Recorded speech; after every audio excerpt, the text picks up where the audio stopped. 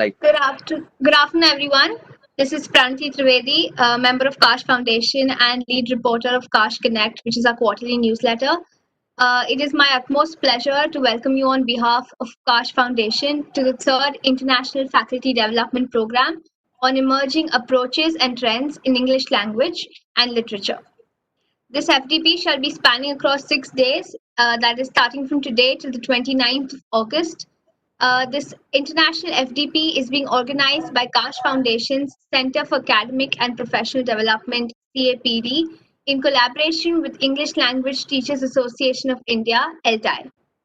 Before we begin our events for the day, I would like to let you know some of the accomplishments that Kaash Foundation has organized.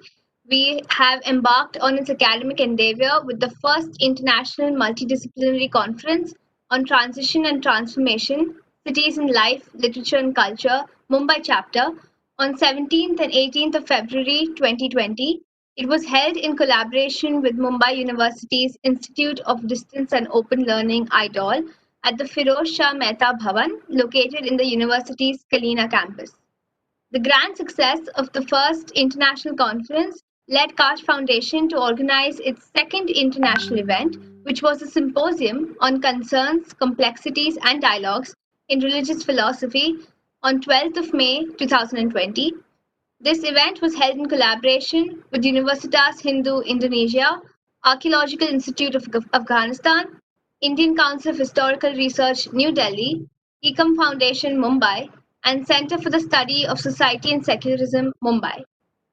Following this, on 25th May, Kaash Foundation organized the third international conference on colossal and collateral challenges for sustainable environment in collaboration with the University of Ottawa, Canada, in association with Swami Vivekanand Cultural Center, High Commission of India, Colombo, Sri Lanka, Global Knowledge Academics, Spain, and St. Andrew's Center for Philosophy and Performing Arts, Mumbai.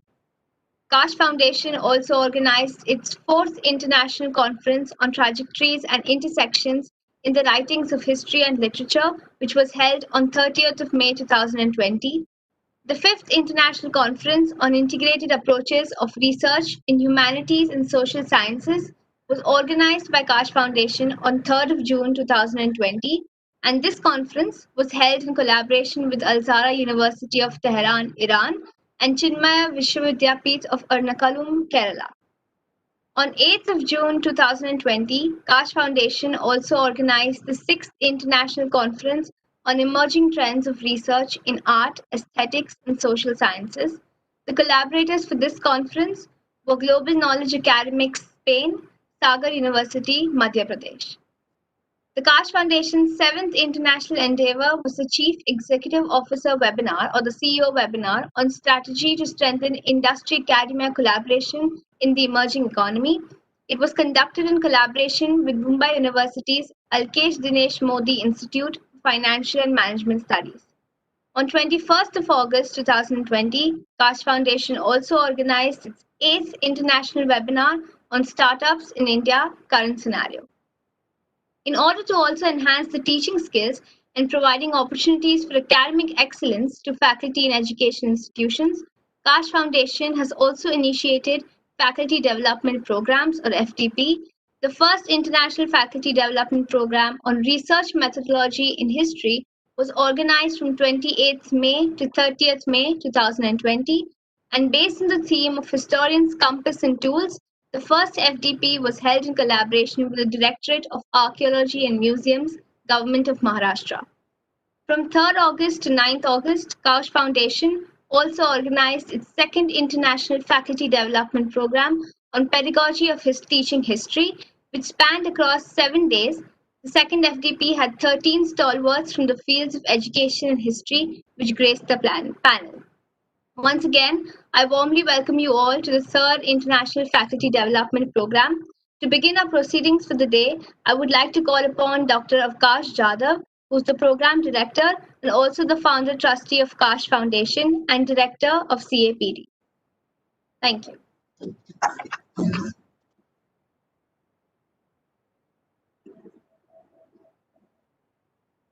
Thank you, Pranati. On behalf of Kaash Foundation, we welcome you all for the third International Faculty Development Program on Emerging Approaches and Trends in English Language and Literature. I would like to call Rajdi here. Salman Rushdie had wonderfully written this. Literature is where I go to explore the highest and lowest places in the human spirit, where I hope to find not absolute, but the truth of the tale, of the imagination, and of the heart. Taking the clue from here, perhaps, we thought of engaging in the third International Faculty Development Program. Kaash Foundation is an NGO, a trust, which is based in Mumbai and works on four verticals: education, environment, health, and heritage. As an NGO, as a trust, we also feel we are accountable towards the society. And being a vertical of education, we have tried to explore the entire aspect of how we can enhance the entire aspect of learning, sharing, and growing together. Taking the clue from there, perhaps we thought we can engage in these deliberations in this entire COVID environment. And we've been organizing various international webinars, workshops, faculty development program. And having a program on language and literature is something which we were looking at since long, and it's quite dear to us. I welcome you all once again, and I welcome LTI members for their collaboration and also express my gratitude for supporting us and encouraging us in this entire endeavor. I would like to conclude with a small quote from Oscar Wilde. Literature always anticipates life. It does not copy it, but molds it to its purposes. And we look at this entire 60 deliberation with the same note. Thank you, Pranati. Over to you.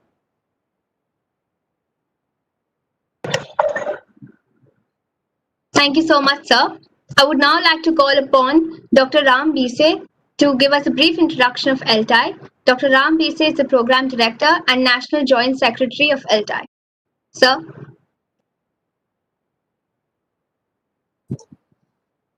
Thank you, Praniti. It is very well said that be bold when you lose, be calm when you win. Changing the face can change nothing, but facing the change can change everything. At the outset, I would like to state that I am proud to be an LTIan. On behalf of LTI, I am Dr. Ramkishan Bisse, National Joint Secretary of LTI India. Welcome you all speakers and participants from all over the world for this 6-day International Faculty Development Program on emerging approaches and trends in English language and literature, which is organized by Kaash Foundation, Center of Academic and Professional Development, in collaboration with English Language Teachers Association of India and TAG. Our association had a humble beginning and has grown into one of the largest professional association of teachers in the world, just like a tiny seed becomes in the course of time a big banyan tree. So started with only 6 members, all belonging to one city, Chennai. It has grown into fairly a big organization with nearly 5,000 members and 50 chapters spread across all over the country. And LTI has a collaboration with different English language teachers association of different 9 countries like Bangladesh, South Korea, Malaysia, Nepal, Sri Lanka, China, Cambodia, Philippines, and Vietnam. And in future, the sky is the limit for the organization, and it is a long journey of 50 years. LTI has interacted with several eminent scholars both in India and outside.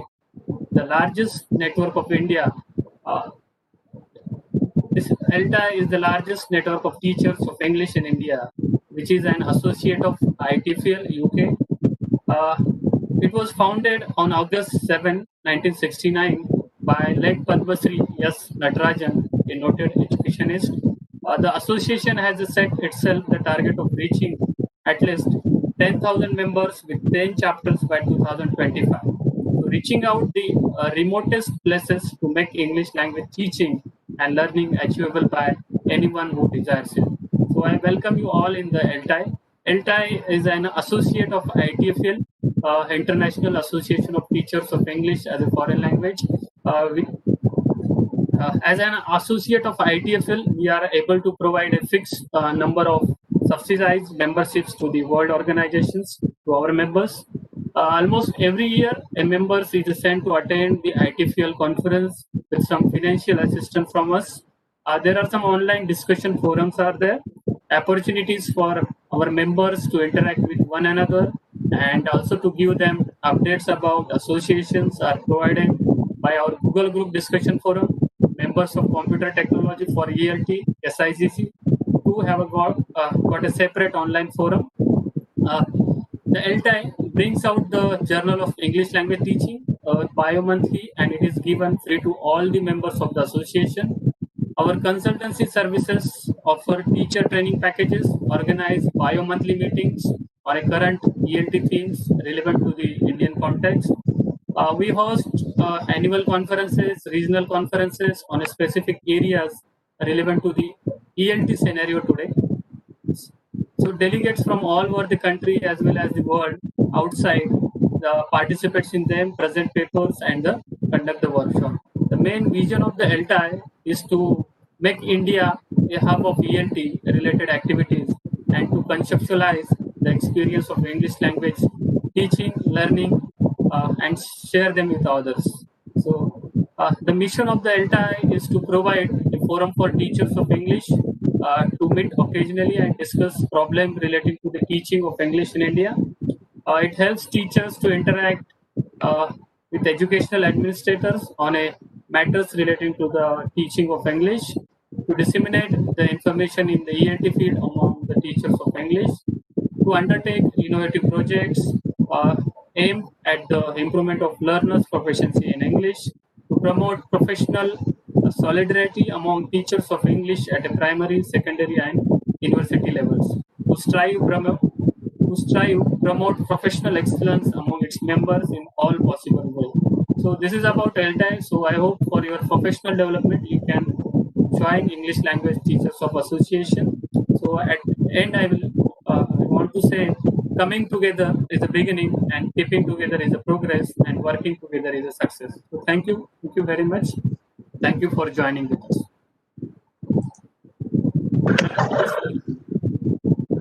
Thank you so much, sir. I would now like to invite Dr. Geeta Ajit to deliver the concept note and introduction about the CAPD. Dr. Geeta Ajit is the program coordinator and also the joint director of Kaash Foundation Education and is the editor-in-chief of Kaash Connect. Thank you, Pranati. Thank you so much. Just a minute, please. Sorry. So, once again, a good afternoon to all our viewers and a warm welcome to each one of you to our third international FTP, which is on emerging approaches and trends in English language and literature. This is the third FTP under CAPD since its inception, and it is in collaboration with LTI.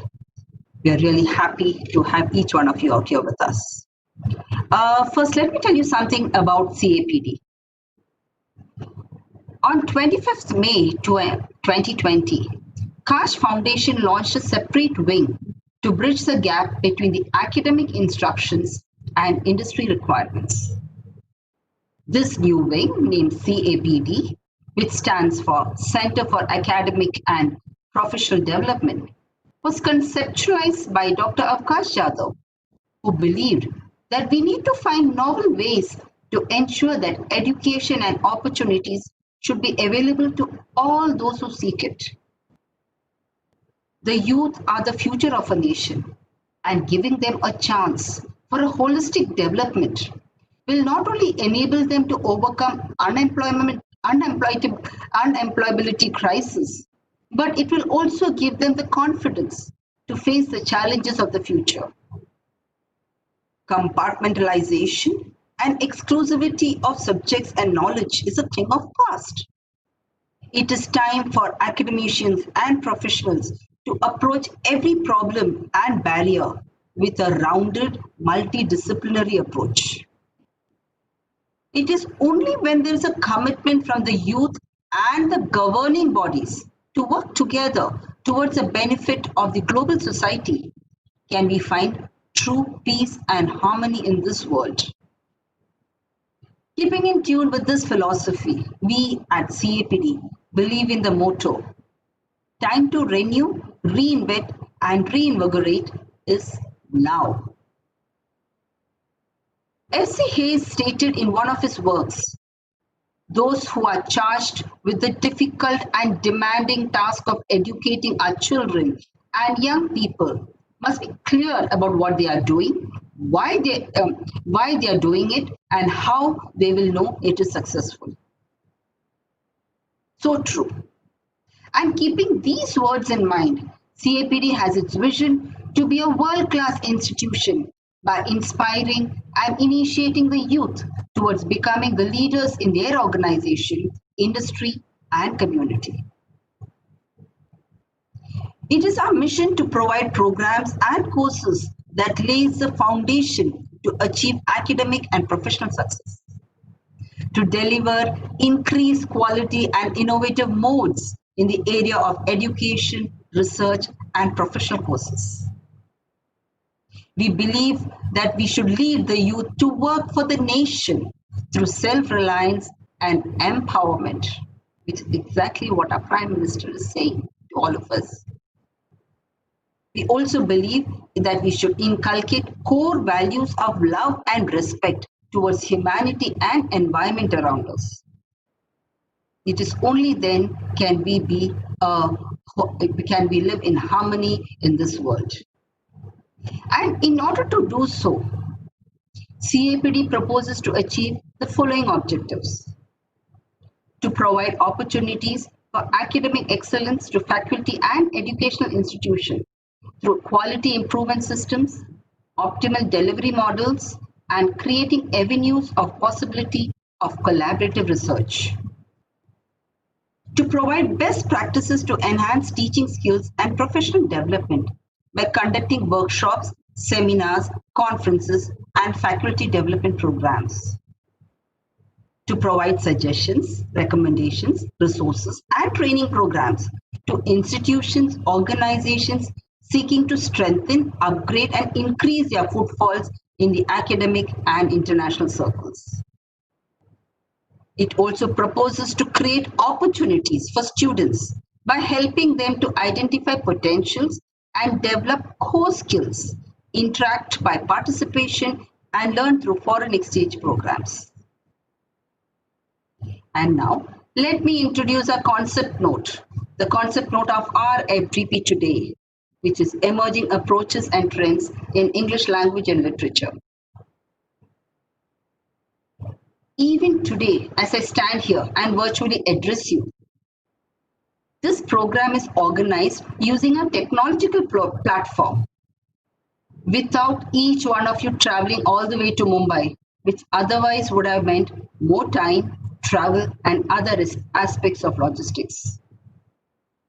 Over the last few years, one would often hear how technology was changing the way we live and work, and how revolutions in smartphone, artificial intelligence, robotics, blockchain technologies, and Internet of Things would usher changes at a much faster pace than before. But none of us expected that a time would come which would transform the situation so dramatically and so rapidly. The truth is that the role of technology has become predominant, and its impact is felt much more comprehensively in the field of education. The tech-enabled learning can not only bring in transformational changes in the classroom education by offering flexibility and learning support than the traditional formats, it also gives teachers the opportunity to become more collaborative and extend learning beyond classrooms. Educators are able to create learning communities comprising of students, fellow educators, and experts in almost all disciplines of education. Like other branches of knowledge, this advent of technology in the tenets of education have also had great impact on the teaching and learning of English language and literature. It has witnessed a series of innovative experimentations in the approaches and methodologies. From the communicative language teaching, task-based learning, to the present-day technology-based embedded learning, the various forms in which the English language has been discussed, researched, and adopted is phenomenal. In short, the focus in language and literature learning in the 21st century is no longer on grammar, memorization, or learning from rote, but rather it focuses on using language and cultural knowledge as a means to communicate and connect to others around the globe. In a multilingual country like ours, where the language barriers create complexities, cutting edge research can create deep learning systems that can help students learn English language to almost native like fluency. Here, the capacity building of teachers will be crucial to the success of the use of technology in education. Students are already transcending boundaries by technology as they reach out to the world using their language skills to facilitate the connections they wish to make. Like William Butler Yeats said, education is not filling of a pail, but the lighting of a fire. This FDP is intended to stimulate discussion, contemplation, and generate reflective responses from its participants about current trends and approaches in language and literature. A classroom full of students who have already been exposed to a variety of concepts and methodologies through various platforms definitely need something more creative. They need one where they can apply their knowledge, experience, and creativity to the existing one. The delivery of study material and lectures need to be equally fulfilling. In an over-digitalized social climate, the inadvertent presence of technology in all walks of life, it calls to relook at the approaches of teaching English language and literature. Our teaching and learning of English language and literature in the above context is based upon achieving the following objectives: communicative competence, individualized, customizable, learner-centered approaches, proving the value of language learning through stories and speech, using technology for language learning, using technology to enhance the efficacy of teaching literature, linking language learning to leadership skills, exploring the possibility of embedded learning in new educational setup, appreciating cultural diversity and creating space for assimilation in language and literature, interdisciplinary connections to establish a connect within and without the disciplines, encouraging a comparative study of different domains, exploring global trends in language and literature like graphic art, blogging, animations, and many, many more. Viewers, we are having a 6-day FDP, and I'm sure each one of them will be interesting and will be thought-provoking and definitely challenging your minds and knowledge. Do join us every day at 3 to 6, and I'm sure it will definitely be a rewarding experience. So once again, welcoming all our viewers, and thank you for joining our program today. And I hand it over back to you, Pranati. Thank you so much. Thank you. I would now like to call upon Dr. K. Ilango to proffer his good wishes. Dr. K. Ilango is the National Secretary of LTI. Sir, I welcome you. Sir, your mic is muted, sir. Yes, we can hear you now. Thank you. Can you see me? Am I audible? Can someone respond? Am I? Yeah, Yes. okay. I would like to thank Geeta for giving us an overall view of what Kaash is planning to do. Very ambitious and I really appreciate the kind of commitment that she brings into the program. The focus seems to be on trends, approaches in language and literature. I thought I should draw your attention to a couple of things. Initially, I want us to look at the syllabus of literature programs, both at the graduate level, undergraduate level, and the postgraduate level in our country. And then move on to look at the new waves of literature, new forms of literature that are written perhaps from the turn of the century, the last quarter century or so.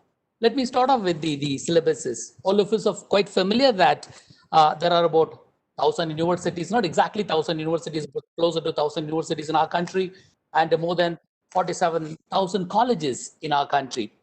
If you look at the syllabuses of literature program, both at the undergraduate and at the postgraduate level, sadly, they are the same. They are very much alike. There are no differences at all. All of them invariably follow the chronological order.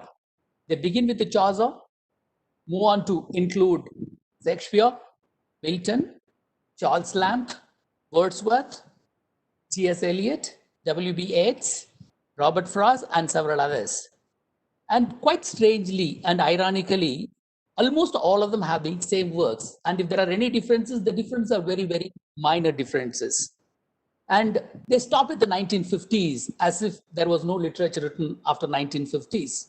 Instead, now, because of the advantages that we all have, the technological, digital advantages that we have now, can we move from the present to the past rather than from the past to the present?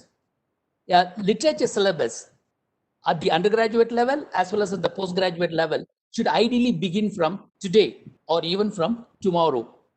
We need to look at what our students are reading on their own at the moment.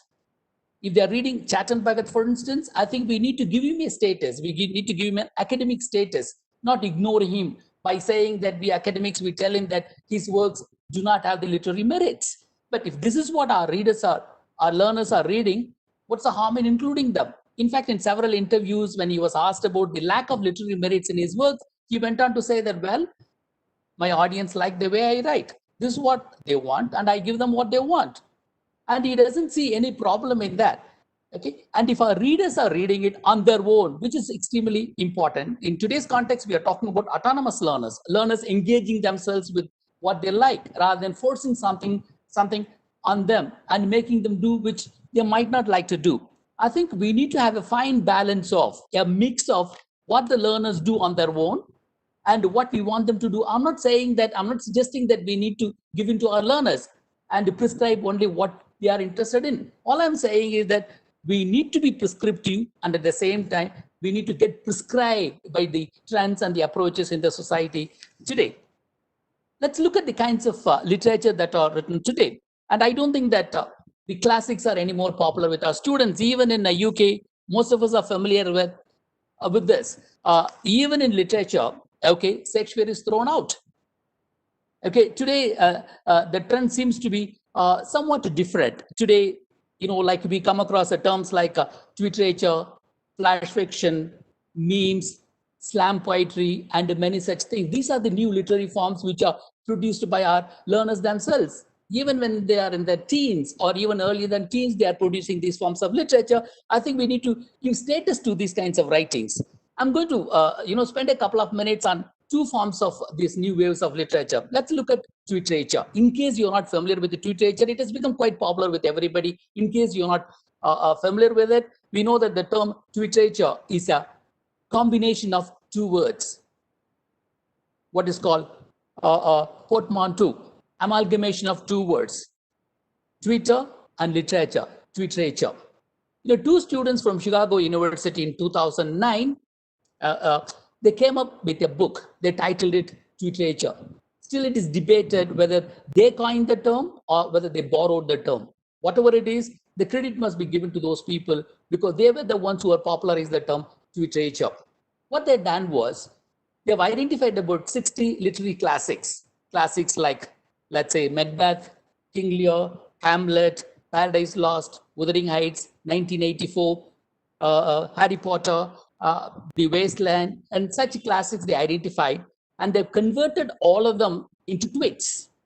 For each work, they had about 20 tweets or less than 20 tweets. And they were when they were asked about it, or they explained that why are they converting them into tweets, they said that their purpose was making the literary classics available to the 21st century intellect, 21st century mind. They want to give that in the digestible forms, in capsule forms, because today nobody reads literary classics. Okay, so they wanted to humorously rework on the literary classics. Let me give you one example of how humorous they make it. All of us are familiar with Macbeth and familiar with the scene Lady Macbeth. You know, after killing Duncan, the King Duncan, she keeps washing her hands. She washes her hands a number of times. She wants to get rid of the blood stain on her hands. And, you know, look at the way they're tweeting it. That's one of the scenes they've tweeted. Among the 20 tweets, this is one of the tweets. And it goes, there is nothing on your hands. You've washed them 100 times already. I mean, very, very, you know, the kind of attitude that they bring into the literature is very humorous, light-hearted. This is supposed to be a very tragic scene, very serious scene. Okay, but they're converting into a kind of humorous scene. So you could say that tweet literature is an attempt to, in a way, a celebration of literature, classic literature, and at the same time making a mockery of literature. But the purpose is they want our readers, the current generation, the Z generation, to be familiar with the kinds of literary classics that were written. If the tweet literature is not made available to them, they might not even become familiar with such works. That seems to be the prime purpose. You know, one advantage with the tweet literature, in fact, anybody can try their hands with the tweet literature, is that we don't have to create everything new. We work on something that is already available. There is a skeleton and with which we can easily be creative. That's an advantage of tweet literature. Moving on to the other form of literature that has come into existence in the last quarter century or so is flash fiction. It is referred by different kind of terms. Some call it microfiction, short short stories, mini sagas, dripple, drapple. The last two ones are pretty interesting, dripple and drapple. Dripple is just about 50 words. Drapple is about 100 words. You know, even if you're attempting to write a short story, the short story is at least about 1,000 words. The typical size of a short story is about 5,000 to 10,000 words, but anything written over 1,000 words is considered to be a short story, which is extremely difficult. Even though writing a story, writing a poem is the favorite genres among the students, among the young learners, you know, creating something on their own, running into 5,000 words, 10,000 words is rather difficult. But if you ask them to produce about 50-word creative piece, I don't think there's any problem with that. And I'm going to give you an example of a Drupal. It goes, I'm sorry, it's a girl, said the doctor to the father. Interestingly, the child replies, no, I'm sorry, you are a sexist, said the child to the world, the girl child to the world. I mean, what's so profound about it? I mean, I don't think that we need to wait for the inspiration, the Greek muse to dawn on us, to inspire us. We can get the inspiration from the things that are happening around us. You know, I think the trick or the secret lies in creative writing is making the ordinary events into extraordinary events, which is possible if we can bring in certain amount of creativity, certain amount of imagination. With this, I think I should say that we need to encourage our learners to be not merely consumers of literature. This is the whole problem. Why literature is not so very popular with the students? It's because, you know, we are forcing them to consume literature. But today, in the present context, with all the advantages that we enjoy now, we can make them become producers of literature. So there should be a mix of consumers of literature and the producers of literature, or the production of literature. And it is feasible today. It's so easy with the availability of digital tools, digital technology, digital media. Anybody can become a literary writer. It has become so very easy. I think in the change in context, we are looking at the post-COVID scenario or the 21st century, things are going to be different. I don't think that we are anymore going to be obsessed with the literary classics, and we are going to move on to new forms of literature in the years to come. Maybe in the 22nd, 23rd, 24th centuries, people were to look at the kind of literature that is produced, it's going to be a different kind of literature. It's not going to be, or I would even say it's going to be radically different from the kind of literature that was produced till the end of the 20th century. So with this, let me congratulate the organizers for a profound work that they have taken on themselves. and wish the attendees all the best because they've got a lineup of interesting topics as well as interesting speakers. All the best to you all. Thank you. Thank you so much, sir. I would now like to welcome Dr. Sudipika, Chairman, Board of Studies, English, University of Mumbai, to proffer his good wishes. Sir, the floor is yours. Thank you, Pranati. At the outset, let me express my most thanks to the organizers. Big thanks to Dr. Kaash, Program Coordinator of Kaash Foundation, Director CAPD, for organizing this webinar and FDP. I am also grateful to Dr. Ramkrishna Bhise, National Joint Secretary, LTI, Dr. K. Elango, the National Joint Secretary of LTI,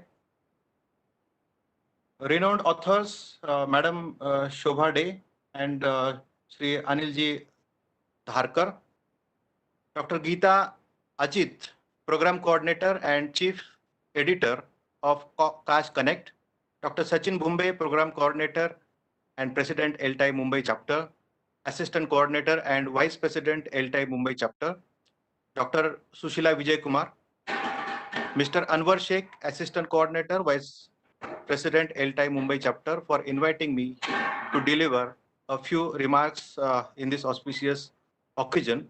Distinguished guests, professors, and research scholars from different universities, colleges, it is indeed a great pleasure and honor for me to be here on the occasion of official opening of third 6-day International Faculty Development Program on Emerging Approaches and Trends in English Language and Literature, organized by Kaash Foundation's Center for Academic Professional Development in collaboration with LTI Mumbai Chapter. Friends, I'm delighted to share this new online platform with the stalwart personalities like Anilji Dharkar and Madam Shobha De. I'm pleased to note Kaash Foundation and LTI Mumbai have grown in strength and are making useful contribution in debates on English language and literature. Without spending much time, I'm here just to express my gratitude and wish all the best. So thank you and congratulations to the organizing committee and the entire team for organizing this online faculty development program. And I'm grateful for the trust you have placed in me to carry this task as a guest. In closing, I would like to express again my deepest appreciation to Kaash Foundation's Center for Academic and Professional Development and Dr. Avkash Jadhav with a special note, and LTI Mumbai for inviting me here as a guest for inaugural function. Special thanks and love to all the participants who would be enjoying this intellectual feast in the coming sessions. Thank you. Thanks a lot. Over to you. Thank you so much, sir. I now invite Dr. Sanjay Arora, President LTI, to deliver the welcome address. Thank you, Pranati. On behalf of English Language Teachers Association of India, I extend a warm welcome to Dr. Sudhir Nikam, Chairman Board of Studies, English, University of Mumbai, our guest of honor, author and columnist, Mr. Anil Thakur, our keynote speaker, author and columnist, Shobha De, probably yet to join us, and all the participants to this one-week faculty development program being organized by LTI in collaboration with Center for Academic and Professional Development. Apologies for the interruption, sir. Could I request you to be a little louder, please? Okay. Thank you, sir. At the outset, I would like to thank Dr. Kaash Jadhav, founder trustee Kaash Foundation, and Dr. Geeta Ajit, Joint Director, Education and Editor-in-Chief Kaash Connect, for collaborating with LTI for this academic lecture. I feel honored to be amongst you for this very unique FDP on the theme Emerging Approaches and Trends in English Language and Literature. The galaxy of academic and literary stalwarts from the field of language and literature from India and abroad makes this activity special. I'm sure that from the deliberations over this 1 week, participants will be able to get an in-depth insight into the emerging approaches in language and literature. Let me share my experience and understanding of teaching English language and literature that I have been doing for the last 3 decades. During these 30 years of teaching, I've been trying to prove myself a good teacher by following the methods and approaches which I learned from my teachers. Primarily, it was lecture method, to which I was taught right from school on to my tertiary level and postgraduate level. I will confess that from a lecturing teacher to a teacher following CLT approach, I'm once again back to a lecturing teacher. So come a full circle.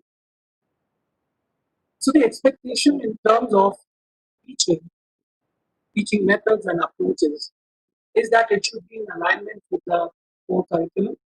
Professor Ilani was just mentioning about the changes in the syllabus, the density of syllabus and the variety of syllabus that is there all across the country in different universities and colleges. It is expected that culture should also be integrated while teaching a language. The desirability is that students' engagement in the classroom should increase and they should become critical thinkers. The new education policy also emphasizes on making our students think critically. But no one is interested in knowing or accepting the harsh reality. Are our students even in the habit of thinking? Forget about thinking critically. Are they credited for thinking out of the box or snubbed and silenced on being analytical? So we need to be fascinated. We need not be fascinated by these empty and high-sounding phrases and words. We need to look into the real situation around us. The latest trend of e-learning and online learning also needs to be looked into in greater detail because that is the norm of the day and will probably continue in the years to come. Questions need to be asked as to how effective these modes are in the learning of ELT and literature and how the students can be made to interact. The pandemic has completely changed the whole perspective of teaching and learning. Online courses, which were just in the recent past considered as add-ons, have now started gaining prominence and their popularity is bound to increase in the times to come. Blended learning, which was once an approach talked about more in the field of English language teaching, can now be implemented while teaching literature as well. For this, information and communication technology resources like the internet, web-based tools, etc., can be used more often. The lecture method is not going to work longer. So we are doing the same thing in our online classes. I hope we'll be evolving out of this. If that continues, we will have our students turning off their cameras in case we are lecturing. So this is what I have observed students doing. They turn off their cameras and microphones and get busy in other things. Engaging activities will only ensure active learner participation. And linked to this is the idea of edutainment, which Professor Hilani was also hinting at. Education needs to be linked to entertainment, and especially for low-level learners. I'm not talking about learners who are at a decent level of competence. For low-level learners, and the number of such learners is large. So use of online games and role plays can engage and engross them. Presently, the suggested modes of teaching are being adopted and implemented by a very limited set of teachers. But the focus on skill enhancement in the new education policy has been laid quite emphatically, and these modes probably will become the new normal in the days to come. There was a lot of buzz in the field of English language teaching at the school level way back in the early 1990s. At that time, I was teaching in one of the schools and was a part of the communicative language teaching approach being implemented in CBSE schools. There, the focus was on student-centered. Ideally, it was expected that it has to be a student-centered approach, focusing on all the four skills: reading, listening, speaking, writing, emphasizing on fluency rather than accuracy. But the plight was that communicative language teaching continued to be taught through lecture method, with the teacher in full authority, throwing away the student-centered approach. So it is not new approaches to language and literature that is going to bring about some drastic change. In fact, it is the mindset of the teachers which has to change. The teachers have to evolve. The teachers have to be trained. It does not end here. There are multiple problems that the teachers face. The first being the syllabus, which has already been emphasized on. So I'll not dwell much on that. And the second is the disconnect of the syllabus and the course with the needs of the learners, especially those coming from rural backgrounds. The problem is also seen to some extent addressed in the new education policy, as in schools. From now onwards, there'll be no pressure about the medium of instruction, and there'll be more autonomy to localize the syllabus. Time will tell how it will be implemented. With the new changes, the passive listeners that our students were once, most of them, they will hopefully become active participants. The next challenge is about teaching mixed ability, large groups. And here, most of the teachers confront that at both the school and the tertiary levels. Even in cities where some learners are from well-educated families, there are most of the others who are first-generation learners, low-level learners, and the farce is that the same syllabus is prescribed for all.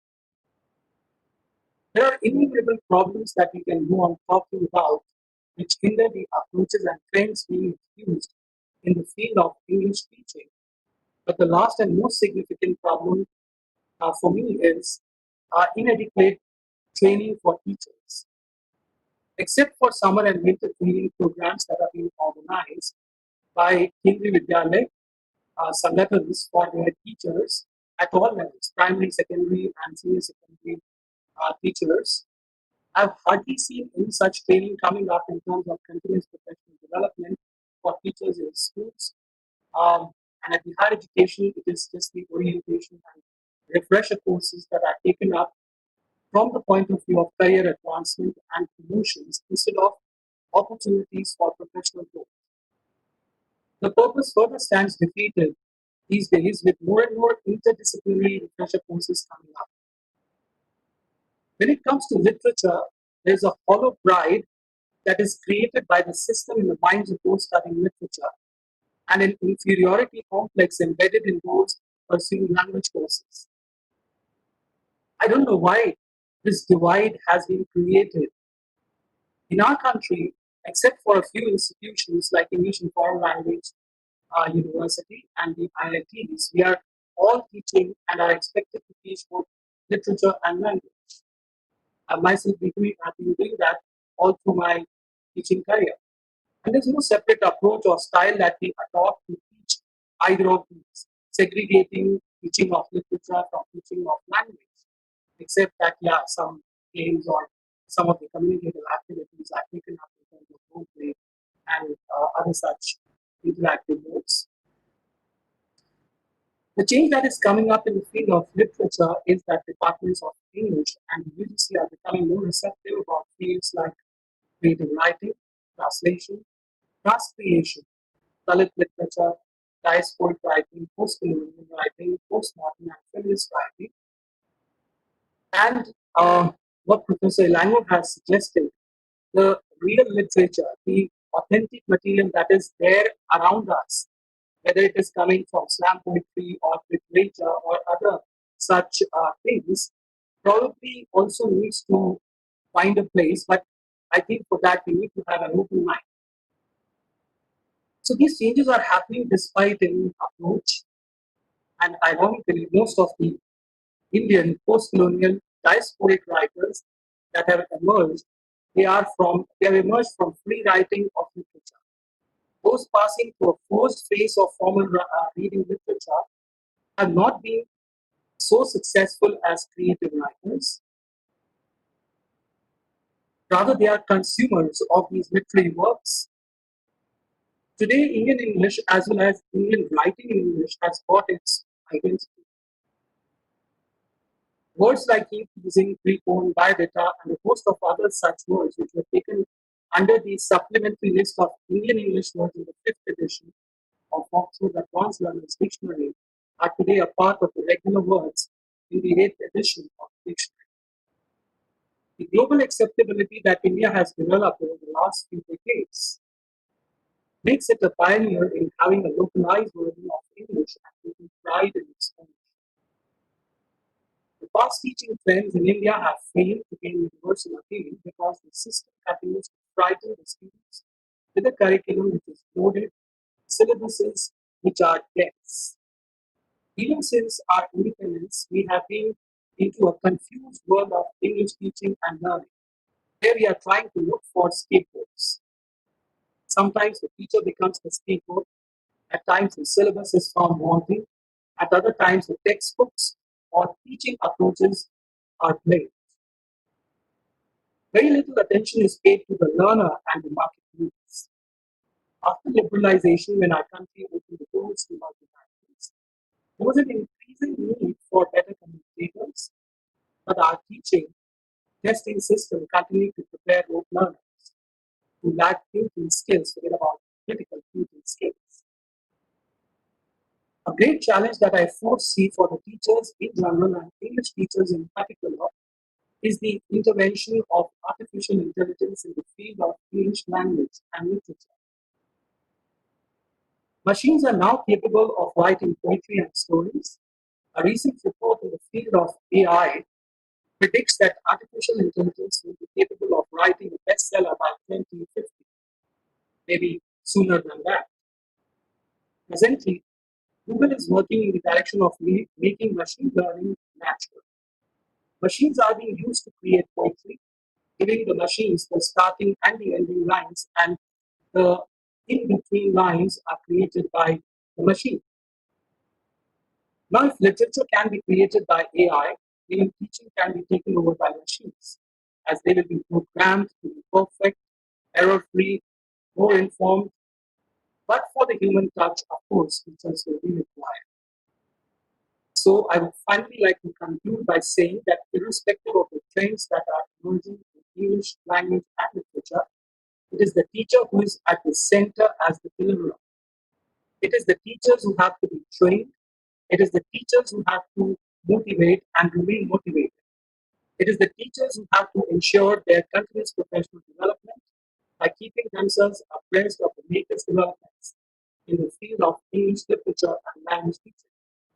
With this, I wish all teachers in this FDP a happy Teachers' Day in advance and urge all to become members of English Language Teachers Association of India. Thank you.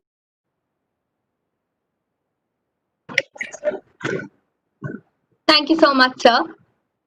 For all our viewers who have just joined us, we have just concluded the inaugural proceedings of the third International Faculty Development Program on Emerging Approaches and Trends in English Language and Literature, organized by Kaash Foundation CAPD in collaboration with LTI. We will now proceed with the main event, with the first main event of the day. We are extremely privileged to have amongst us the esteemed presence of the eminent columnist and author, Shri Anil Dharkar ji. I now invite Dr. Avkash Jadhav to continue the proceedings and deliberations in conversation with Anil Dharkar ji. Thank you. Thank you, Pranati. Aldous Huxley had stated once, every man's memory is his private literature. Here we have a person whose private literature became public, and he became one of the stalwarts of India's literature editorial columns a man who is looked upon with not only pride, but also as a person who has set a new benchmark. We are honored to have the guest of honor on the third International Faculty Development Program on emerging approaches and trends in English language and literature. I was trying to go through Sir's biodata and CV, and in fact, it was as good as a mini thesis of the work he has done. And I will very briefly try to do justice to it. Kindly excuse me, sir, if I miss out on any of the aspects.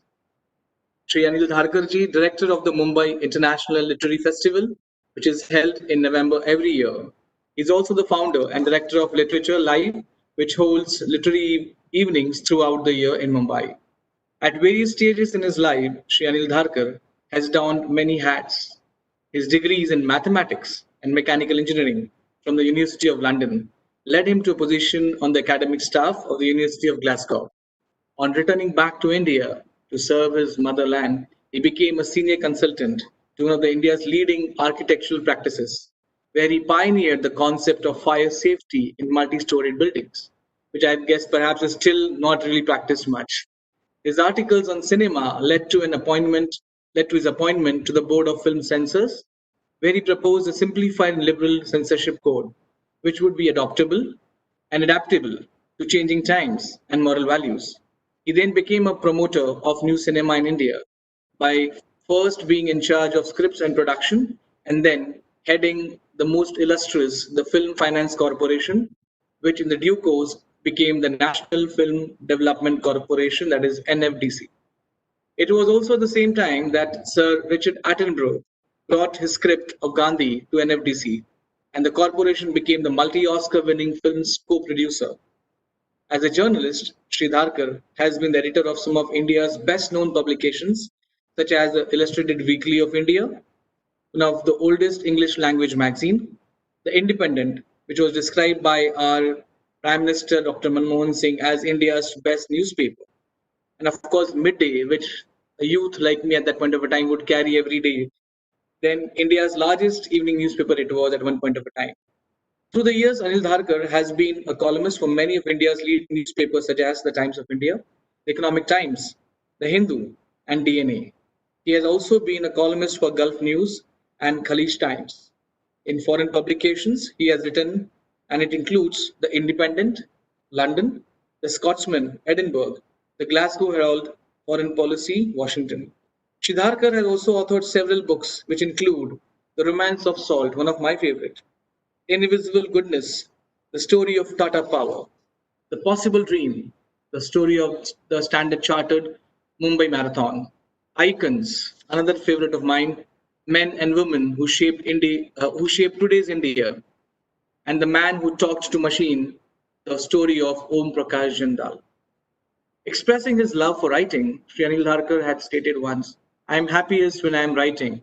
I can write anywhere. When I write, people might be shouting around me, but I can't hear them. He has also been a film critic and a TV critic. Anil Dharkar's interest in the medium of television led to him becoming the president of Dalal Street Journal's channel India TV.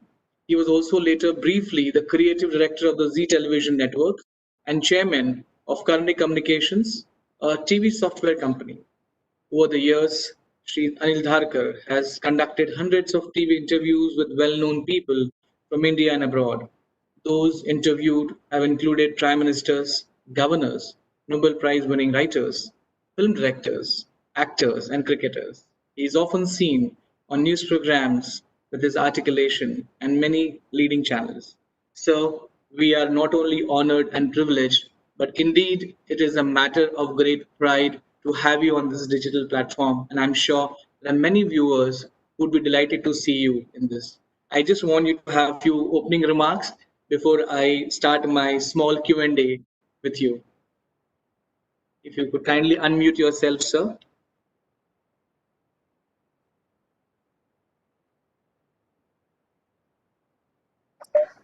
Now, can you hear me? Yes, sir. Loud and clear. Okay. Thank you for the unnecessarily long introduction. I should have provided you with a short bio. Yes, I've done a lot of things in my life which can either mean that I'm multi-talented, or it can mean that I didn't know what the hell I had wanted to do with my life. And I think it's a mixture. It's probably I didn't know what to do with my life. Things just happened. I'm interested in a lot of things. So, but the one consistent thread in whatever I've done, even when I was doing mathematics, engineering, and so on, has been a love of the written word. And I think that is something which has been instilled in me by my parents. My father went to the School of Oriental African Studies in London, where he did a thesis on Lord Macaulay. My mother was a short story writer. What they did was, right from the beginning, surrounded me with books.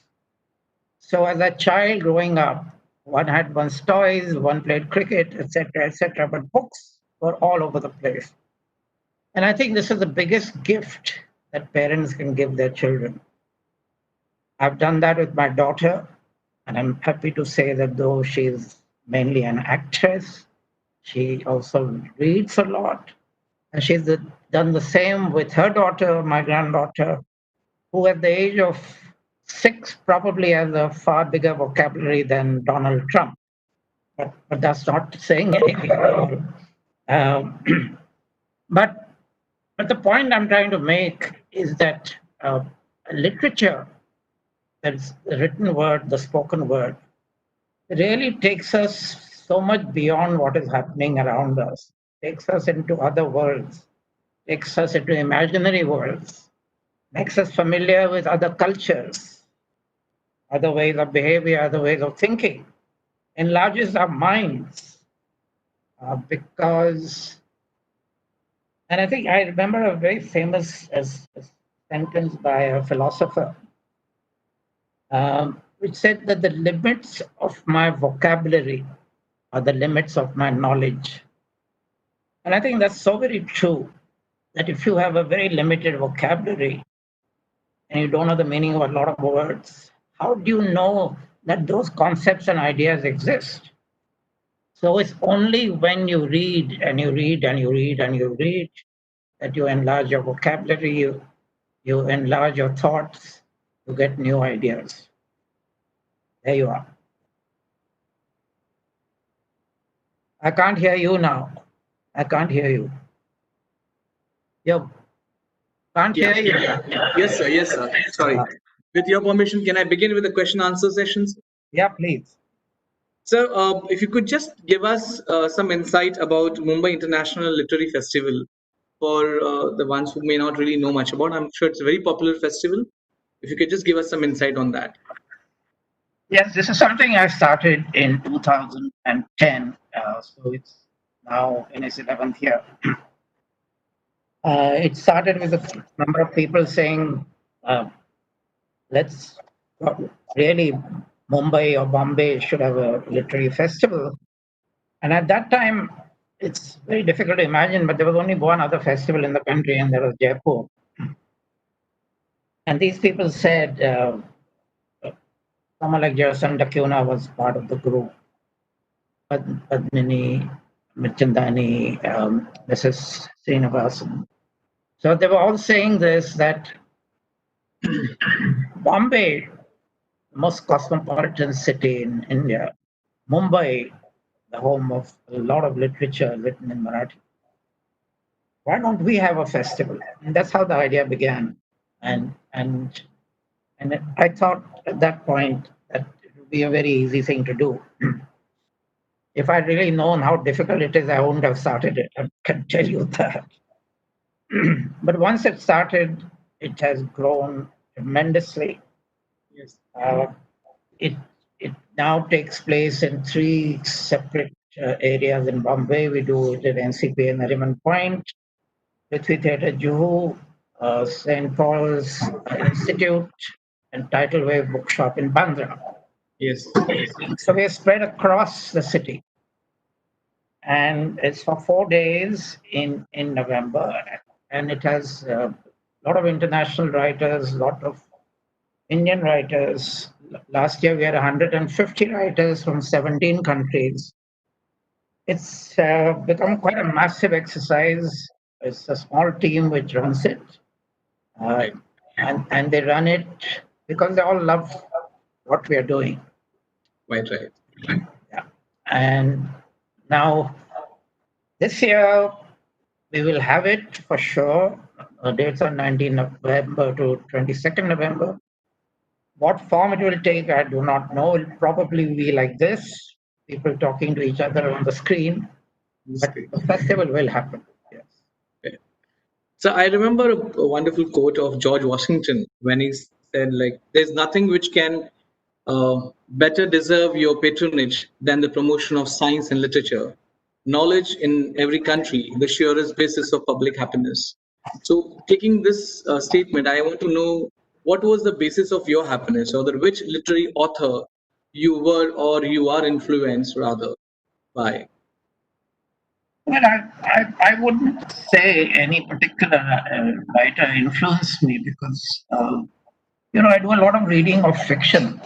And surprisingly, I have not written no fiction at all, which doesn't mean I haven't tried. I've tried 2 or 3 times to start something and given up because it sounded so trite to me. Luckily, I have an inbuilt critic in me, so and that critic is not impartial to myself. So I knew it was bad stuff, so I gave up. That doesn't mean I won't do it, but I've read so many novelists. If I had to name 2, 3, I would name Graham Greene for sure. I have his entire collection, and I think I've read almost everything he wrote. Then there is Vladimir Nabokov, who's incredible because he straddles 2 cultures, 2 languages. All his initial writing was in Russian. Okay. And he emigrated to the US and started writing in English, and not just any English, but beautiful literary English. And someone like Kundera, who did the same thing, again, straddled 2 languages. In India, we have, I think, of current writers, Amitav Ghosh is someone I really admire. There are a lot of people, yeah. So, and then, of course, there's nonfiction, which is what I've mainly written. And there's so much of good nonfiction being written in India. For me, one of the great nonfiction writers is V.S. Naipaul. Okay. Though he can be very prejudiced and very irritating and very annoying person. But his insights you may not agree with, but they make you think. They're a catalyst to thought. They're very often, I think, deliberately provocative.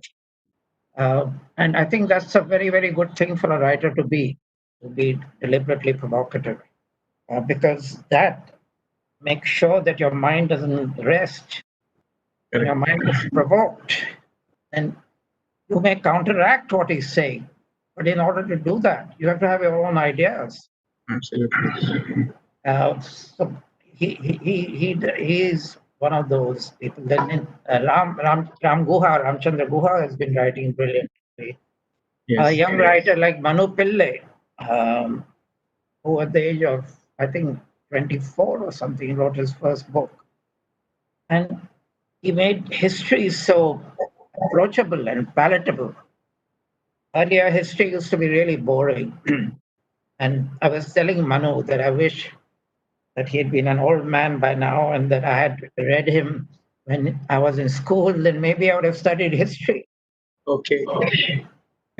Because history was made so boring by earlier writers that you didn't want to study it. But when you think about history, it is the most fascinating subject of all because it deals with humanity, right? Yes. Yeah. So these are some of the writers. Yes. Great. I think V.S. Naipaul also received Lifetime Achievement Award, and you were part of that entire event as well, sir. Yeah, of course. We gave him the Lifetime Achievement Award. And by then he was really very feeble and very but he came in a wheelchair. He had to be helped up on the stage. And Farooq Dondi, who's his old friend, had a conversation with him.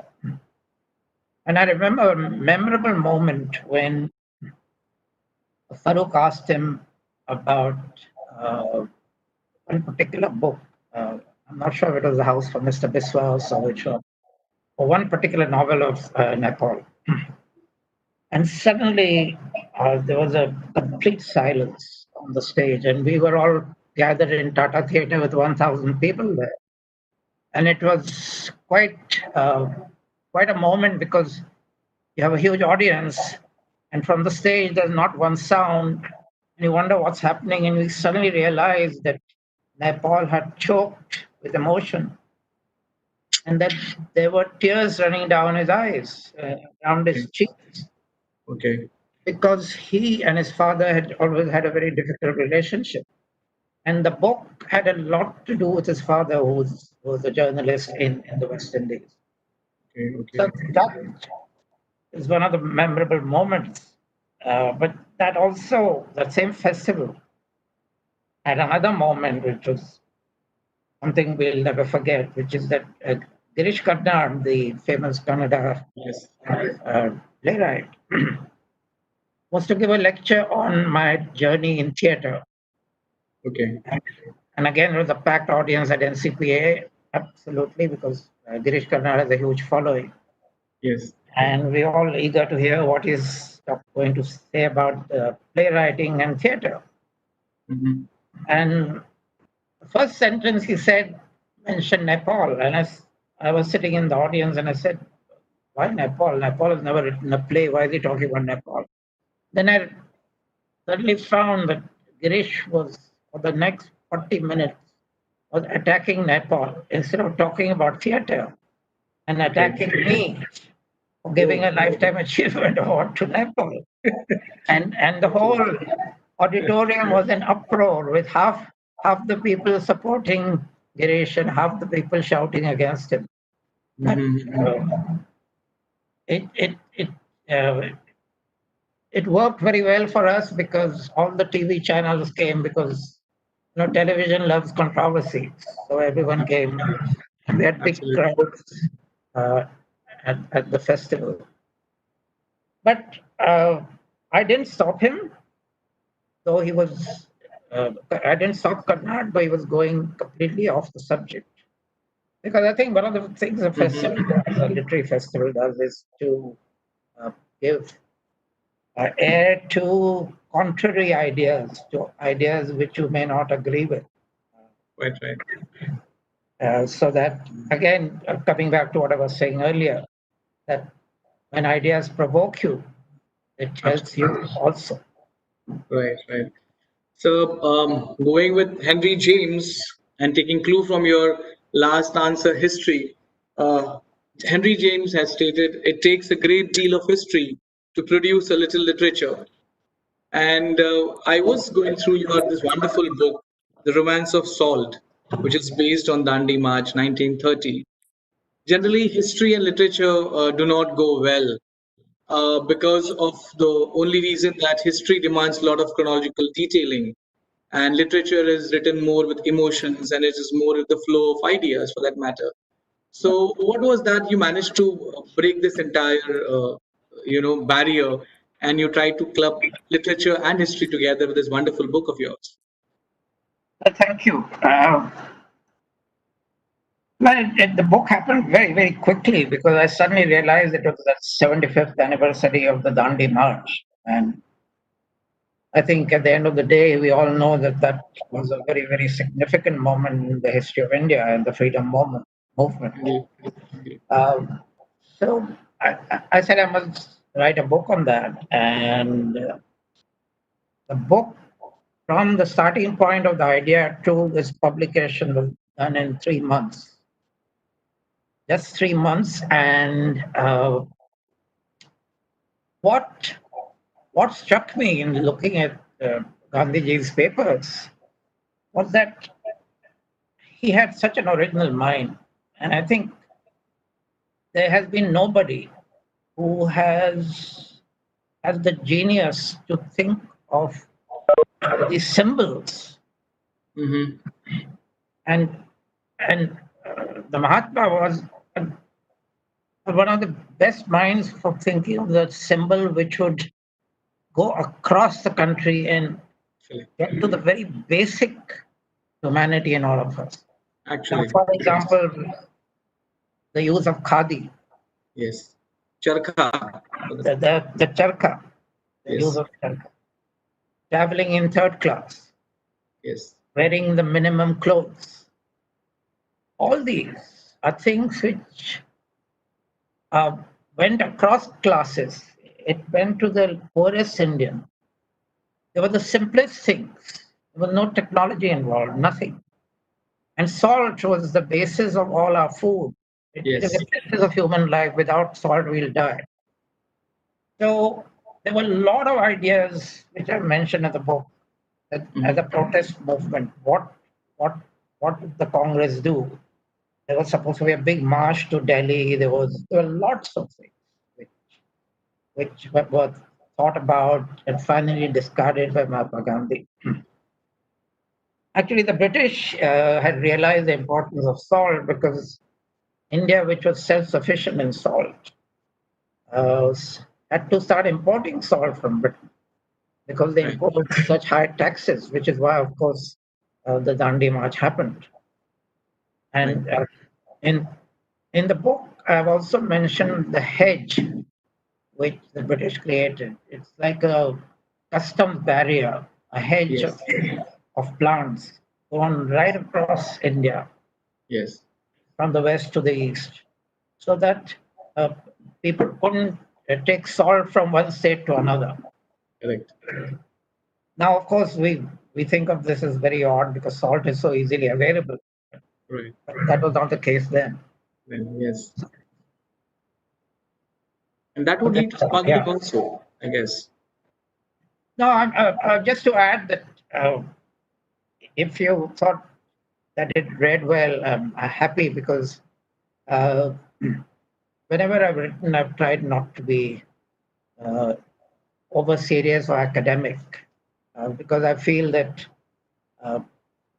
if the reason a writer writes is for the reader to understand him, correct, or understand her. Absolutely. The purpose is not to impress that person. The writer shouldn't want to impress the reader with big words and a huge vocabulary, etc. If those come naturally in the flow, fine. If the ideas come and if they're written in a kind of jargon and the reader doesn't understand, then you defeat your own purpose. Because if you can't put across your ideas, what's the point? Correct. So I'm not trying to impress the reader. I'm just making sure he or she finds it interesting to read. That's all. Right. So going to your next amazing work which you did, and it was, of course, I look at it as a very strong classified document. Sir, I'm referring to icons, men and women who shaped today's India, where you managed to get this entire galaxy of people like P.N. Bhagwati, Salman Rushdie, Gavaskar and Tendulkar. You managed to get them together.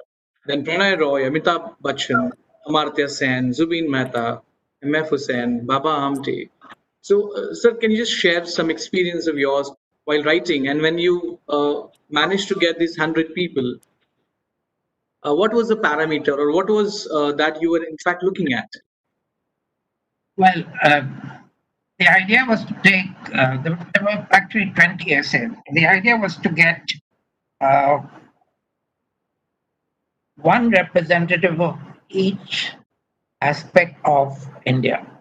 Correct. Right? So we got someone like Ratan Tata for industry, or we got a scientist, or we got Lata Mangeshkar to talk about music. A sportsman, we took the Gavaskar and Tendulkar. art, we took the most popular Indian painter, M.F. Hussain. We took him, the Economist, we took Amartya Sen. Yes. The idea was to have a representative and through his or her work show how that particular subject or topic had developed in this country after independence. Okay. And that was the basic concept on which we worked. Right. Right. Which icon, sir? I'm sure you would not like to answer, but I feel tempted asking you this. Which icon or icons you really were personally impressed? Like you when you managed to explore them further, you were like quite fascinated with the way they had the journey. Well, very difficult because, as I said, all of them represented one particular aspect of our lives. So I would say that if you're talking about economics, and Amartya Sen is there, but he's one of the best economists we have. We also had, I think, Manmohan Singh there. And Yes. the person I came to know actually personally, therefore I have a special affinity for him, was Charles Correa, our greatest architect. Okay. Yes. Because he did become a friend. He was a friend for a very long time. And which brings me to something I've been talking about earlier. Charles Correa was also in many ways a very difficult man and a very intolerant person. Because he was very, very intelligent. He didn't suffer fools gladly. If you talked rubbish, he told you talk rubbish, that kind of thing. Correct. Correct.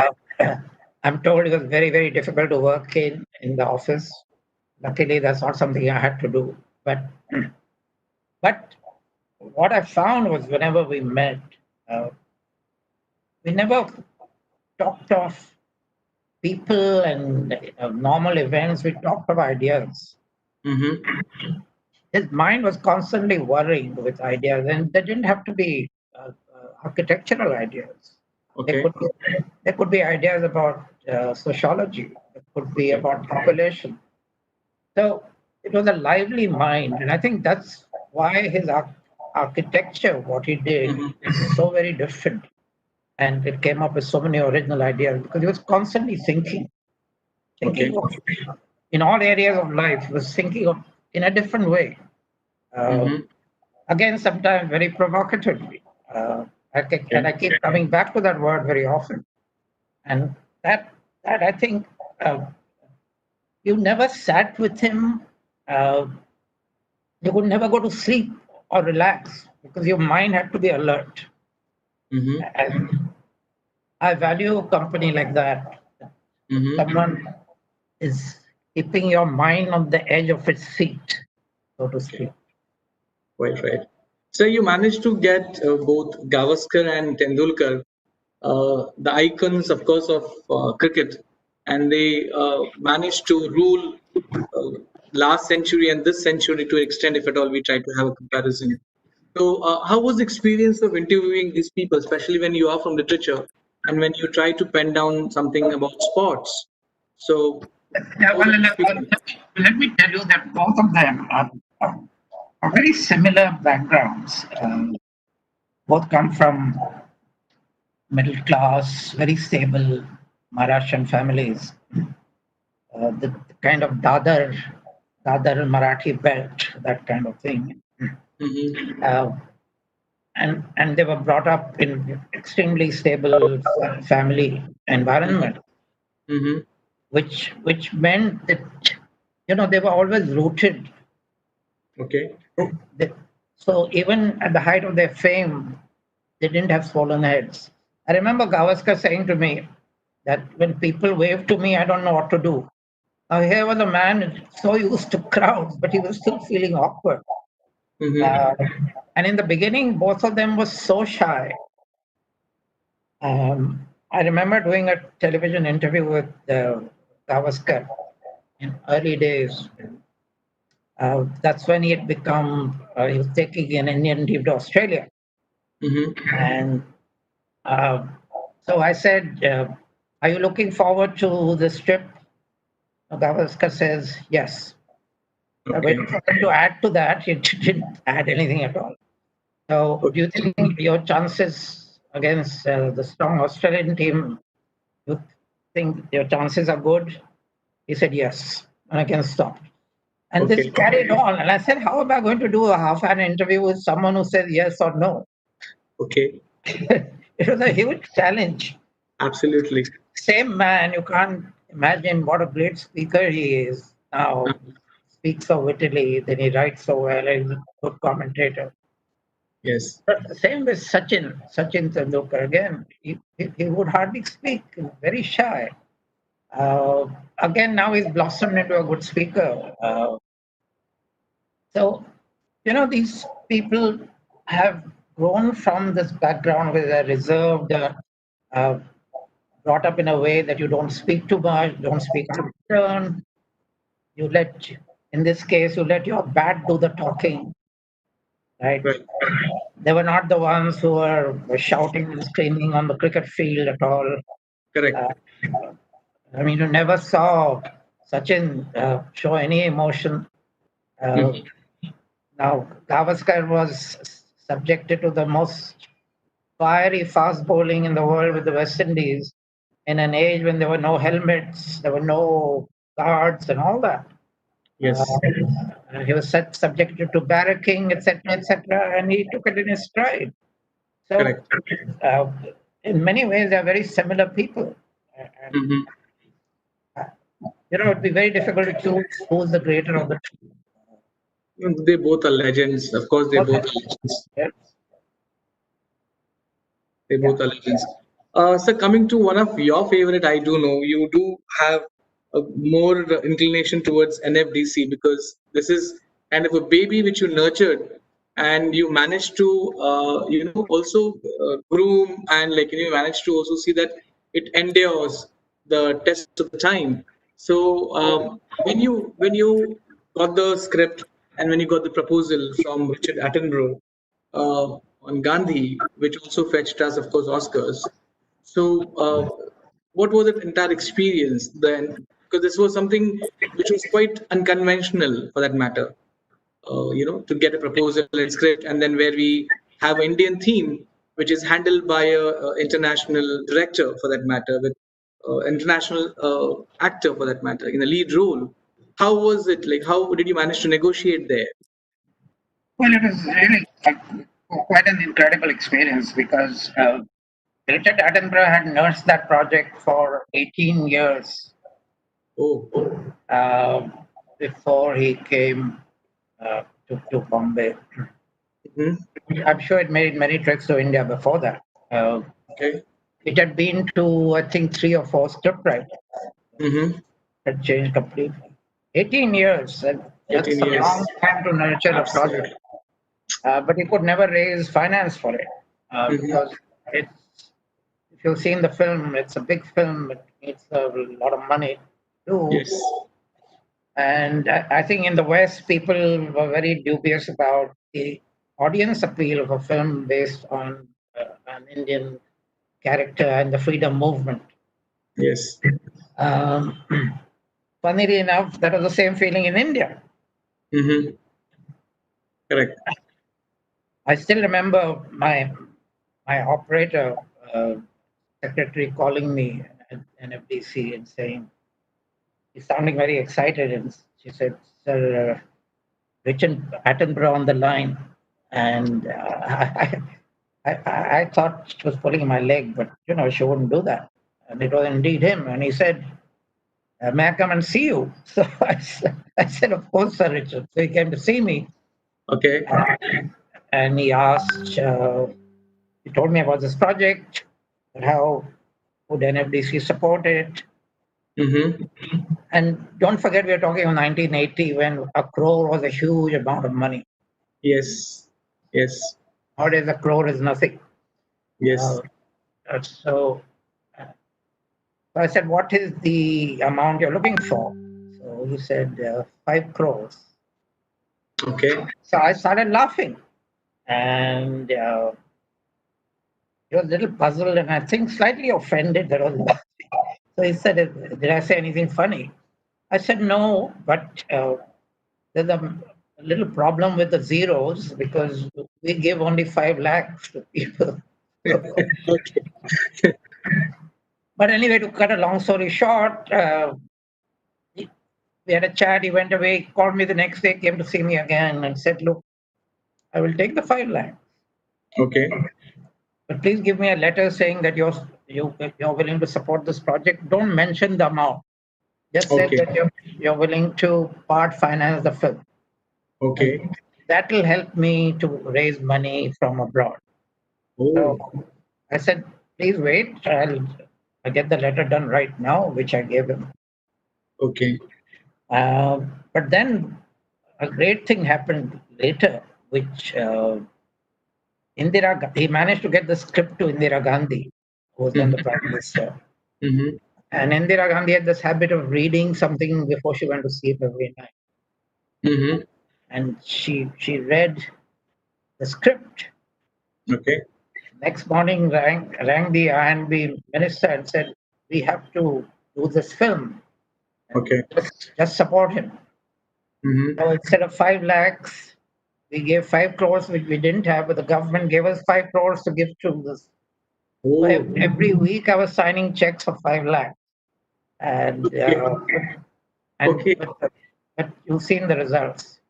Yes, absolutely. But all the Indian producers, let me tell you, every Indian producer was approached to co-finance. Mm-hmm. All said no.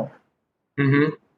They said, "ये महात्मा गांधी पे film कौन देखेगा और वो भी एक foreigner बना रहा है." Correct. That was the attitude. Correct. But when I read the script, I knew it would be magic. Okay. Actually, in fact, the movie went on to also fetch us the best costume Oscar as well, Bhanu Athaiya. Yeah, that was the one. Yeah, but it won, I think, 10 Oscars: best film, best director, best actor, a lot of. Yes, and it also had the maximum, rather one of its own kind. The record-breaking event was like it had the most number of extras which it managed to have, and the record is still there. Where they appealed. This is what they appealed in the newspaper for the last scene where Mahatma Gandhi shot dead, and then his funeral. This is what I do remember a little bit. Well, those were the days when there was no computer animation and graphics.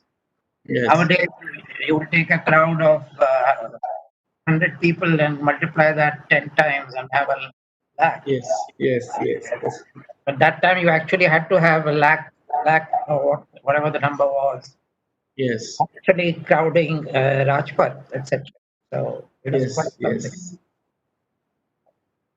Yeah. It was. Tell me. So moving to the next part of it. To quote Oscar Wilde, the difference is not read. So when I look at your entire biodata, your achievements, you have been writing for decades altogether. So do you think in the area of journalism as well, when we look at language, since the entire faculty development program is on language, do you think language also has evolved in terms of journalism? So when we have print media and then now we have digital media, so where does you see the language going? Like it has evolved or it has moved down? Yeah, well, obviously, language always evolves. Everything to do with human beings evolves in any field. Mm-hmm. If something does not evolve, it remains static, it stagnates and dies. So it has to evolve. Mm-hmm.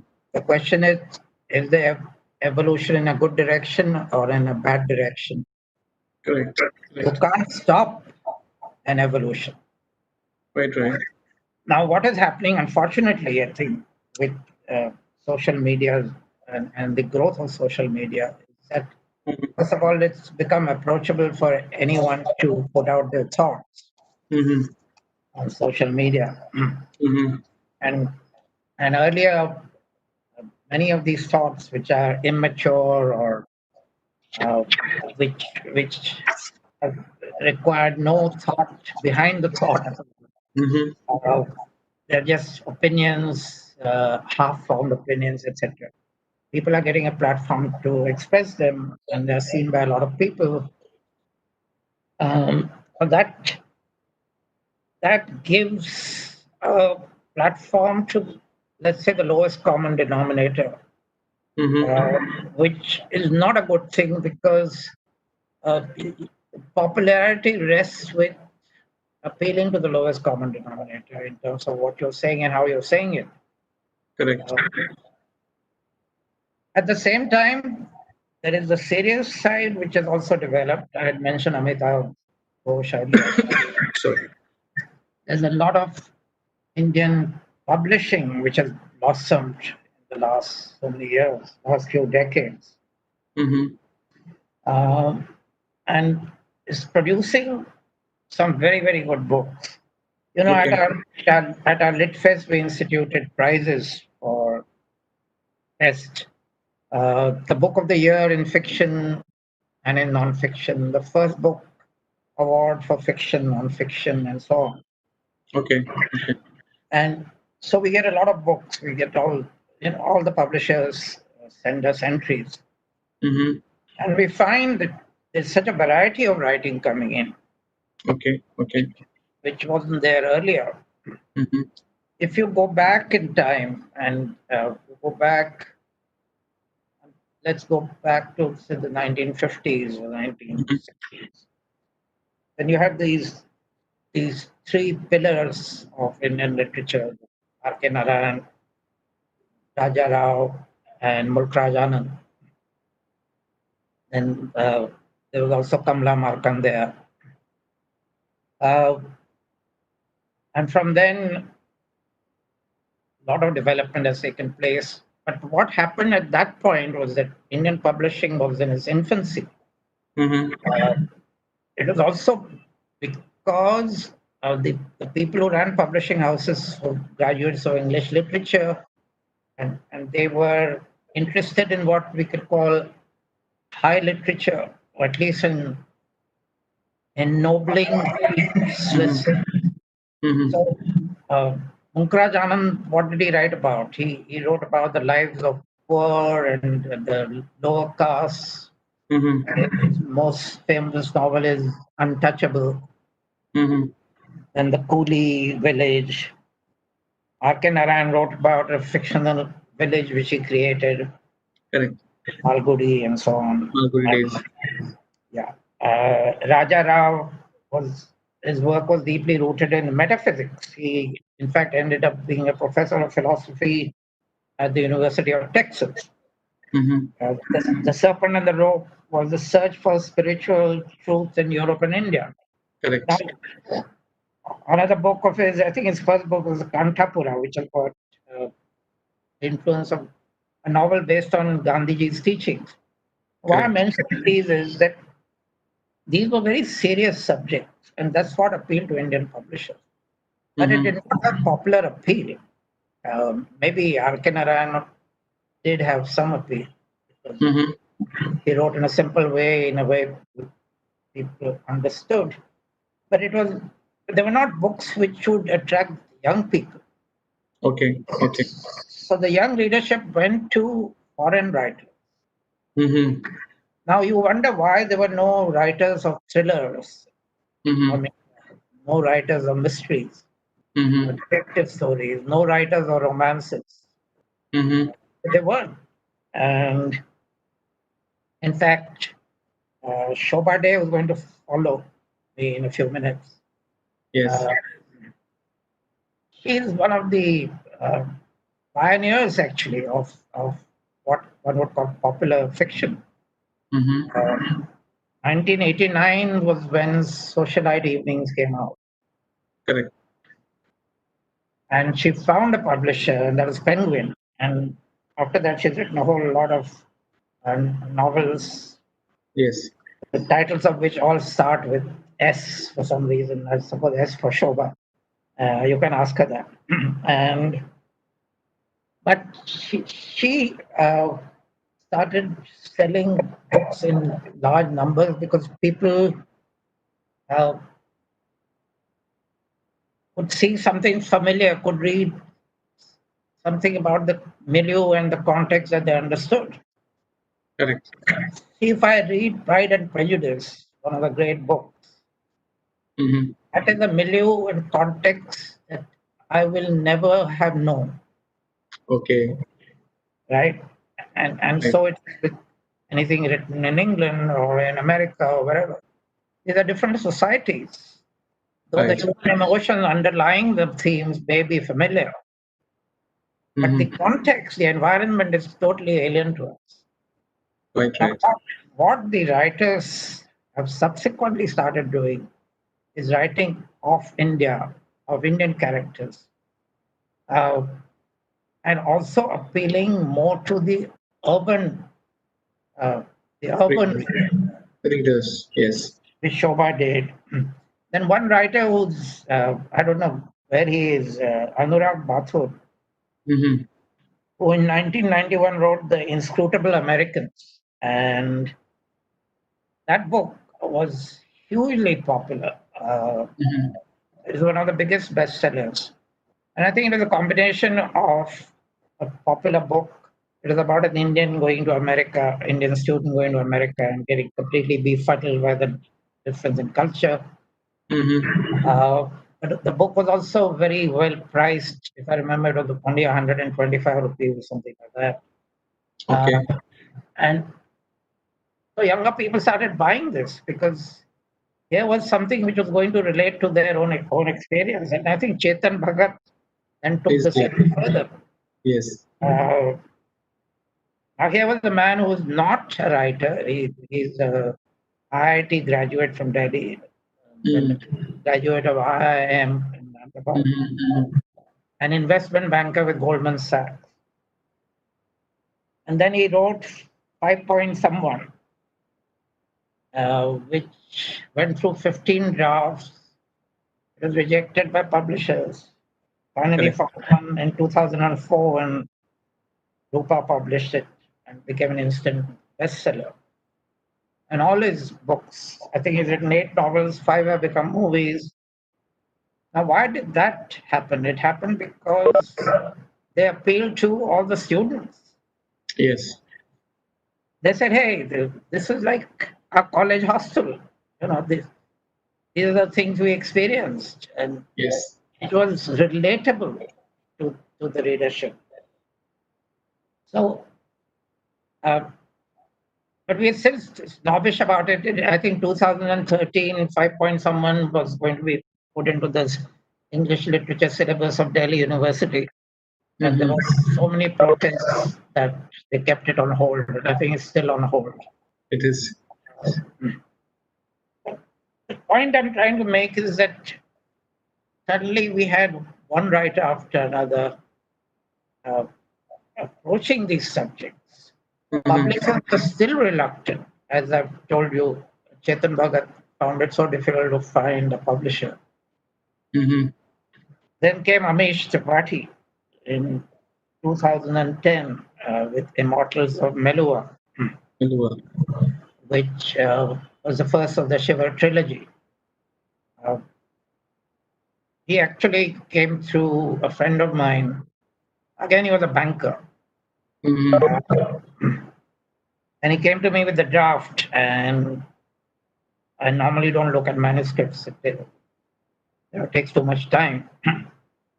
But because he came through a friend, I did. I looked at it. I suggested a lot of improvements, so-called improvements, which I found completely ignored. Okay. Which is probably why the book became successful. If you had taken my suggestions, it probably would have become a different kind of book and not worked at all. So he had the self-confidence to do that. But he was rejected by every single publisher in this country. I think he went through every possible publisher and finally self-published the book. And when he sold 40,000 copies, Then suddenly all the publishers queued up outside his door. Mm-hmm. And after that, he has sold 2 million copies of the Shiva trilogy. Yes. And now what did he do, which was different? He tapped into mythology. Mm-hmm. Now, again, you say in 2010, a writer goes into mythology. Now, why did it take so long? We have this rich mythology. We have some of the greatest in Ramayana and Mahabharata, two of the Yes. greatest epics ever written Yes. in world literature. And how come we didn't tap these? Our writers didn't tap into these. And I think it had also a hangover of the colonial era and the influence of English literature that we always look to the West for inspiration. And now here we were now beginning to look inwards into what our own culture was, what our traditions had. And of course, as usual, that has become now a bandwagon which everyone has jumped on. Everyone's writing mythological books. There's Ashwin Sanghi who wrote Rosabelle Line in actually a few years earlier in 2006, where he combined mystery with historical research, and he's done that successfully. So we have all these different strands coming, and the one which I shouldn't forget is the genre of romance books. Mm-hmm. See, earlier, all the young people either bought or borrowed Mills and Boon's romances, which were Yes. again romances between American men and women, or English men, or Europeans, or whatever. Yes. And suddenly we had people like Ravinder Singh and Preeti Shinoy and Durjoy Datta and so on, who writing books like Ravinder Singh's new book, Will You Still Love Me? And Mm-hmm. Preeti Shinoy's book is The One You Cannot Have. Udip Nagarkar's book is Sorry, You're Not My Type. Now, these titles themselves tell you what the books are like. But Mm-hmm. again, there was a whole genre which was untouched. And now Correct. you're having a whole lot of writers going into it. Now, this variety, I think, is necessary.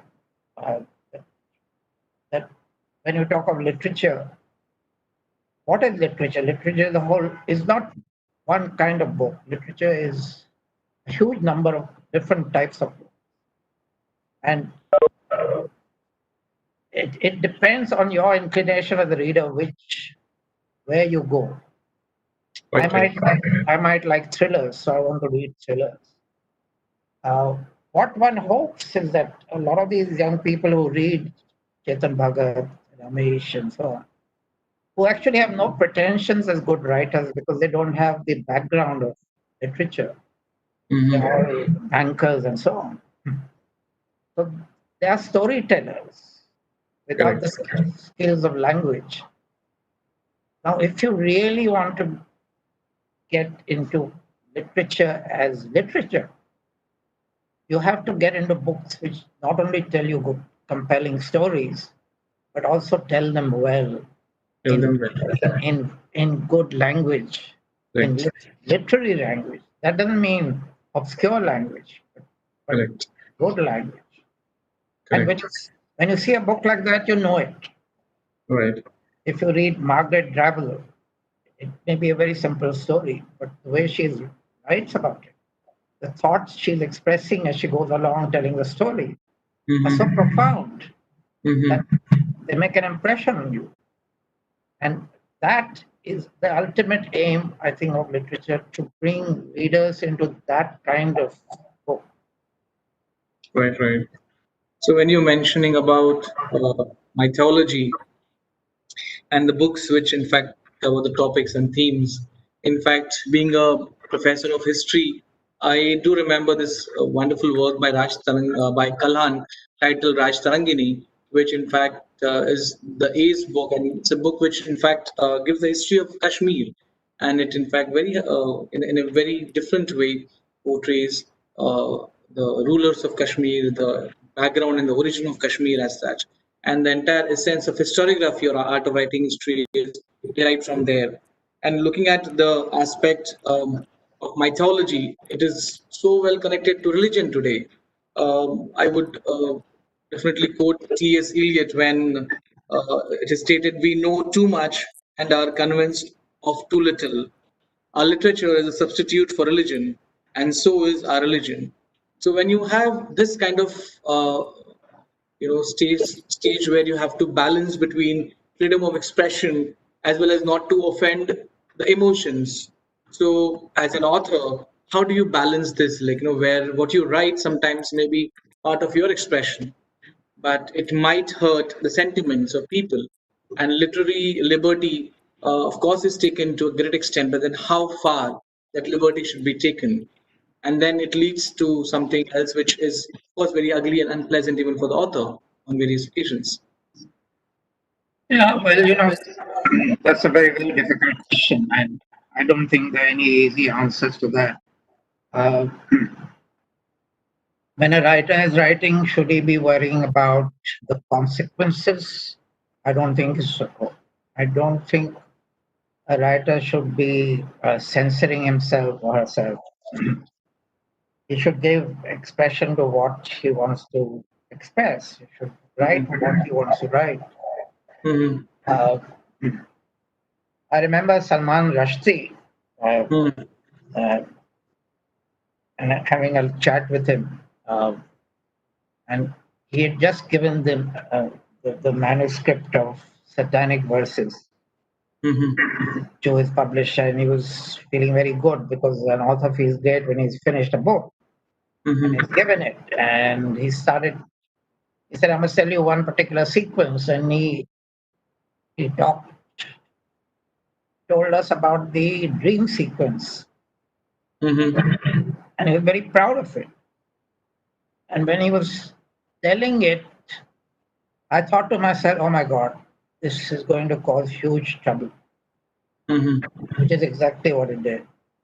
When you read the book, that particular chapter, that dream sequence, is completely extraneous to the flow, to the narrative, and so on. It is a writer's fancy that he put it in.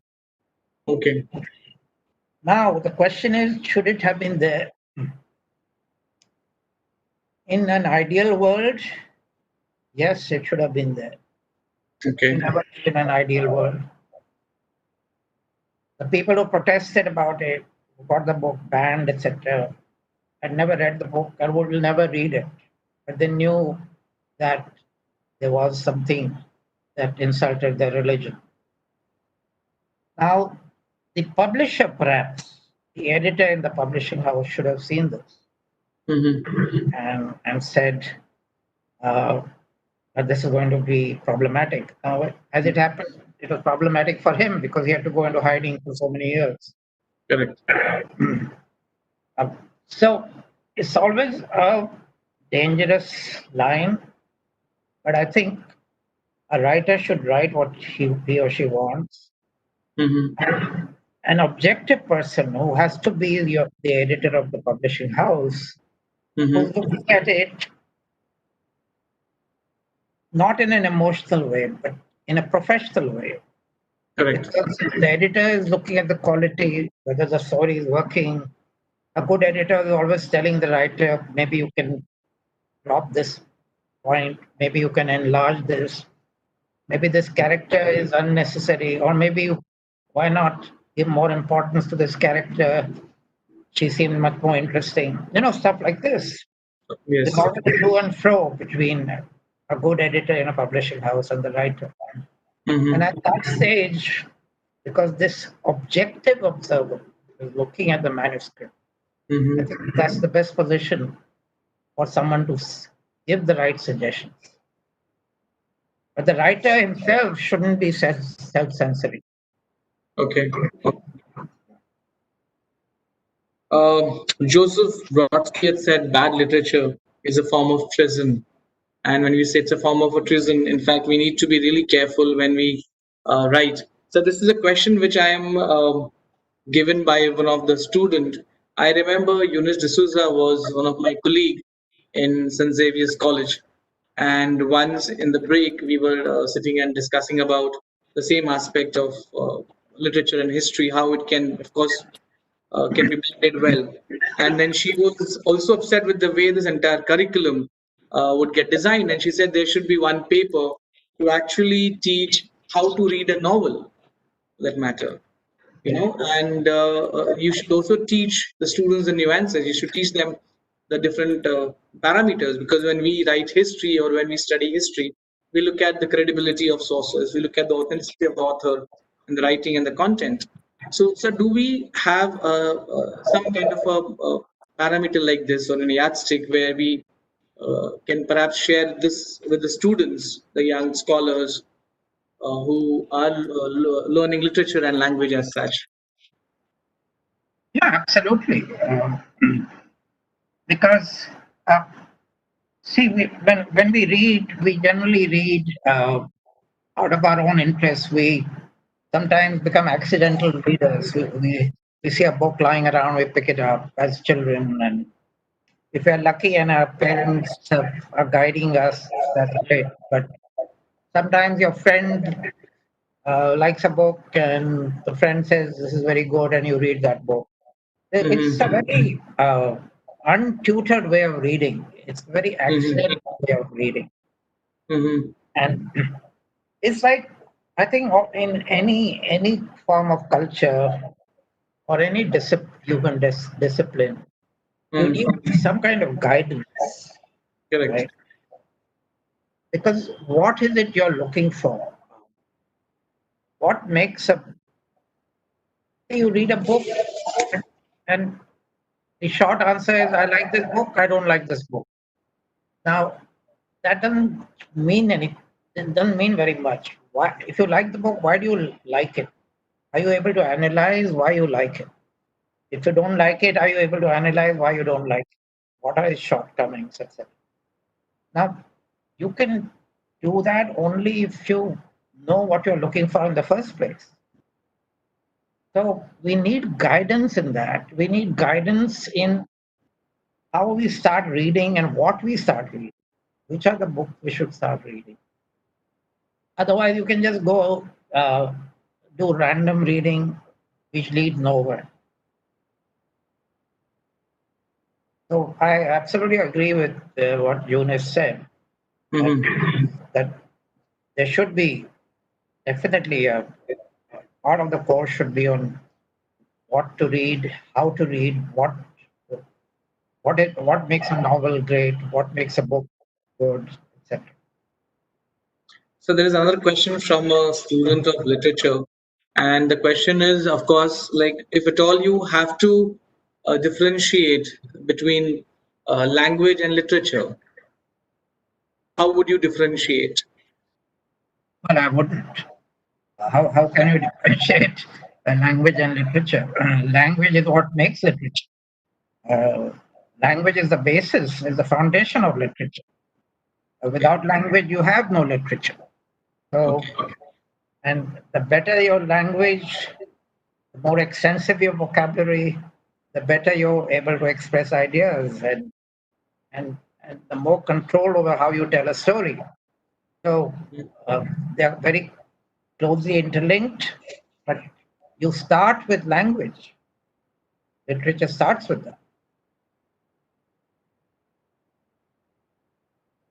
Question from a student again. The question is, of course, on a very lighter note, and that is, when you started writing for Illustrated Weekly, and when you started writing columns, and then you moved on to novel writing, and like you started penning down about icons, is there anything which you missed out in this entire journey of your path of literature? Any aspect of your life which you had to give up perhaps to nurture this passion of yours? Well, if I look at it in one way, I would say yes. Why did I do engineering? Why did I do mathematics? Why did I do films? Why didn't I go into literature much earlier? Right? Because I would have had so many more years of writing. On the other hand, I think every human being and every writer is made up of his or her experiences in life. So my maths and engineering perhaps made me a little more analytical. Maybe it made me a little less emotional. It made me uh, structure my thoughts a little better. Uh, that's all part of what has made me whatever I write. Whether it's good or bad is something else. But the point is that your life journey is what makes you a writer. Uh, Someone can have a very different kind of education, different kind of upbringing. They will be completely different writers.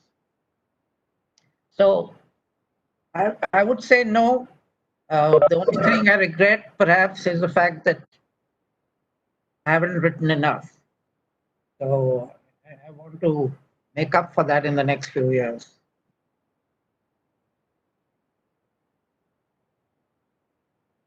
There is a question which is coming from the viewers who are watching us on YouTube live, and they have multiple questions. If you give permission, can I just take one or two questions from there, sir? So there is a question which is basically about when we look at this entire social media and the way sometimes the articles are penned down and the way there's compromise on the language and perhaps even the grammar for that matter. Where do we see the entire learning process, which was more rigorous and more arduous in the last century? I didn't quite get that question. Can you repeat that? So yeah, the question is basically again the use of language, which in fact is quite prominently used on social media, with all the compromises on the grammar, and on various occasions the message is sometimes not given appropriately for that matter. So where do we see the entire journey of language, perhaps in the due course with this new digital technology taking over?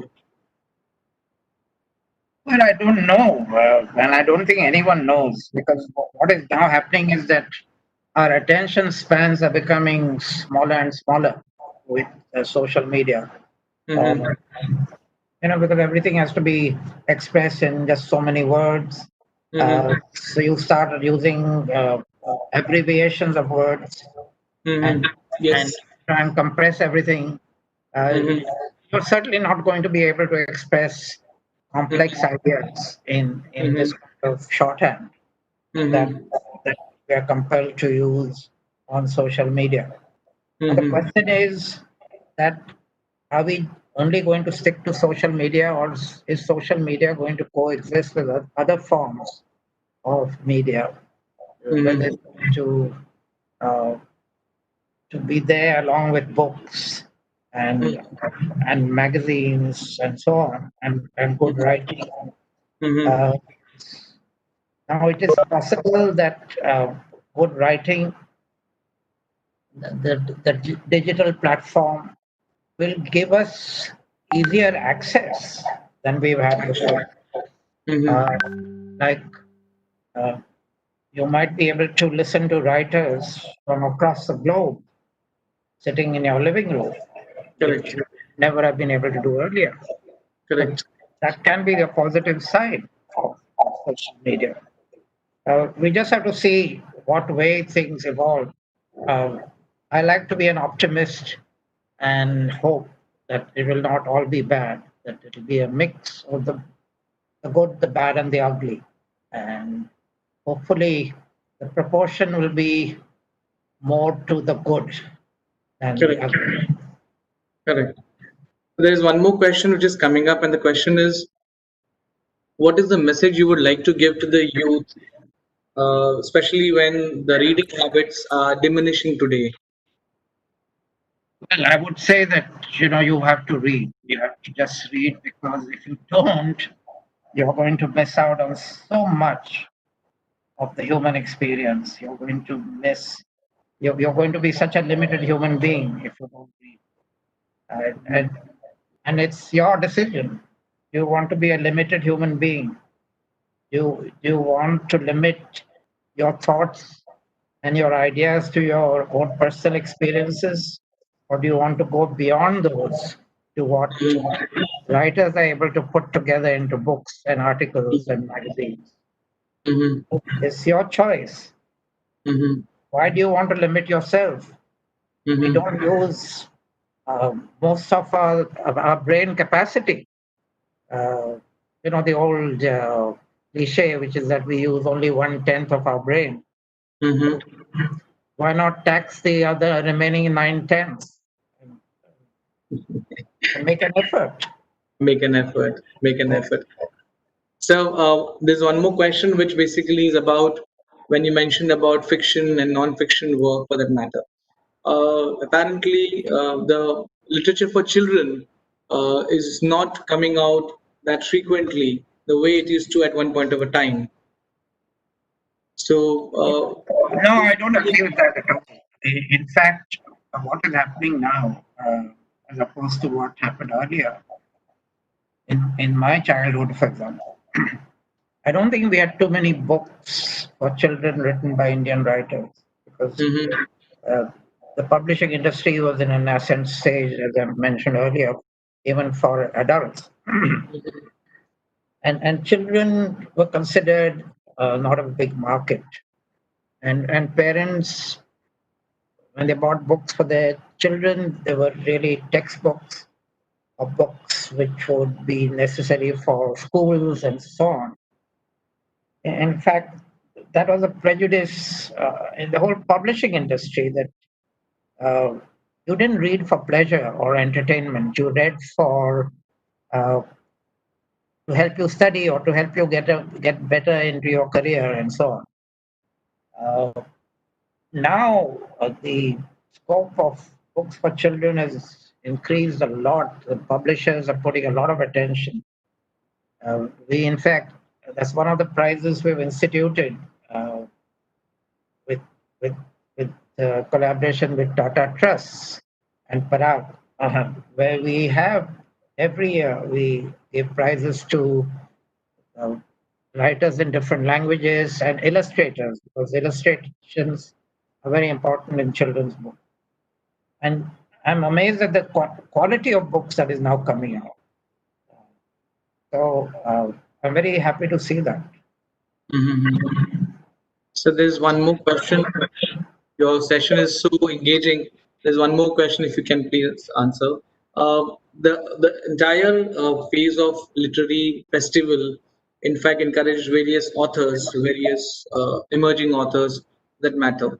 Do you see in your entire journey of handling literature and writing, do you see that perhaps this kind of a trend would be more rigorous in due course, or it is a very short phase for the world of literature?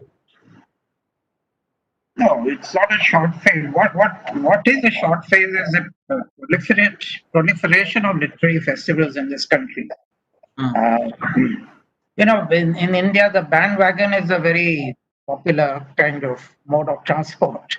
And if one agency starts manufacturing scooters and it proves successful, then 10 other people jump in, and without assessing what the market will be.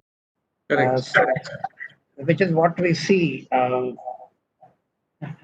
happening I mentioned in mythological books. Suddenly everyone's writing a mythological book. Absolutely, right? So the same thing happened with the literary festival.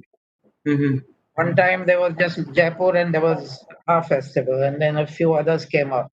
And suddenly now there are 60, 70, 80, I don't know how many festivals happening. They are not all sustainable. On one hand, I'm happy that people are doing these festivals, but finally there'll be a consolidation. There'll be some good festivals remaining. But the main point is that the people who run these festivals, the people who started these festivals, are serious about their commitment. And therefore, their objective is to further literature. Because let me tell you, there's no money to be made in running literary festivals. Correct. So the objectives are to promote the written word, to encourage people to read, to buy more books. So that can only be good. And I see this movement continuing, but not in the scattered way it is now. So it is. Just to remind you what you said in my introduction that you gave me was that it's not just the annual literary festival we run, but we have events right through the year, which we do literary evenings, which we are now taking to colleges and so on. And I think more and more organizations do this, it'll be good. Great. So we also have many teachers who are teaching language and literature who are doing this course with us, sir. So there's a small request that how to teach literature for that matter, and how to make it interesting, because many times the way we are taught and the teacher is not handling the subject well. Your entire hatred towards history, the way you mentioned, I do not want to get into the detailing there, but of course the way the subject is handled. So how a teacher of literature or language should create interest in the way it should be taught and it should be taken to the students, right from the higher secondary to the junior college. Well, I'm in no position to give advice to teachers at all. Uh, uh, if I were to teach literature, I'm not sure what I would do. I would certainly encourage students to read more, and maybe I would give them reading lists graded according to difficulty, language, and so on. Um, maybe I would encourage them to write. I think unfortunately now that particular medium has disappeared, which was letter writing. Okay. I think my journey as a writer really began with writing letters to people. And I would take great care about writing well, not just say how are you, missing you, and stuff like that. Okay. But trying to make a letter interesting in itself, not talking about myself, Right. bringing in events, bringing in atmosphere, and so on. There was one very notable comment which Nepal made when he talked of early Indian writing, and he was particularly mentioning Jawaharlal Nehru. When Jawaharlal Nehru wrote all his initial books, it was so brilliant, scholarly. The one thing he pointed out was that Indians didn't seem to notice what was around them. He said, someone like Nehru went to England, and when you read his books, he studied in school there, and then he studied at university. But you never find anything about England and his interaction with the English people and the civilization. So perhaps I think that's something we need to notice when we write, and whether it's for a course in English literature or just putting across thoughts in a letter or in what we say, is to look at our surroundings and notice our surroundings. Correct. Basically, what I'm saying is play the role of an observer. Yes. Observer of nature, an observer of the environment, an observer of the life around you. So that would certainly make you a better writer for sure, and also a better reader. Great. So we are also waiting for Shobha Day, who will be joining us too soon. And she had just sent a small text to us that she was traveling back from Pune, and she has small technical hitch in trying to get in here.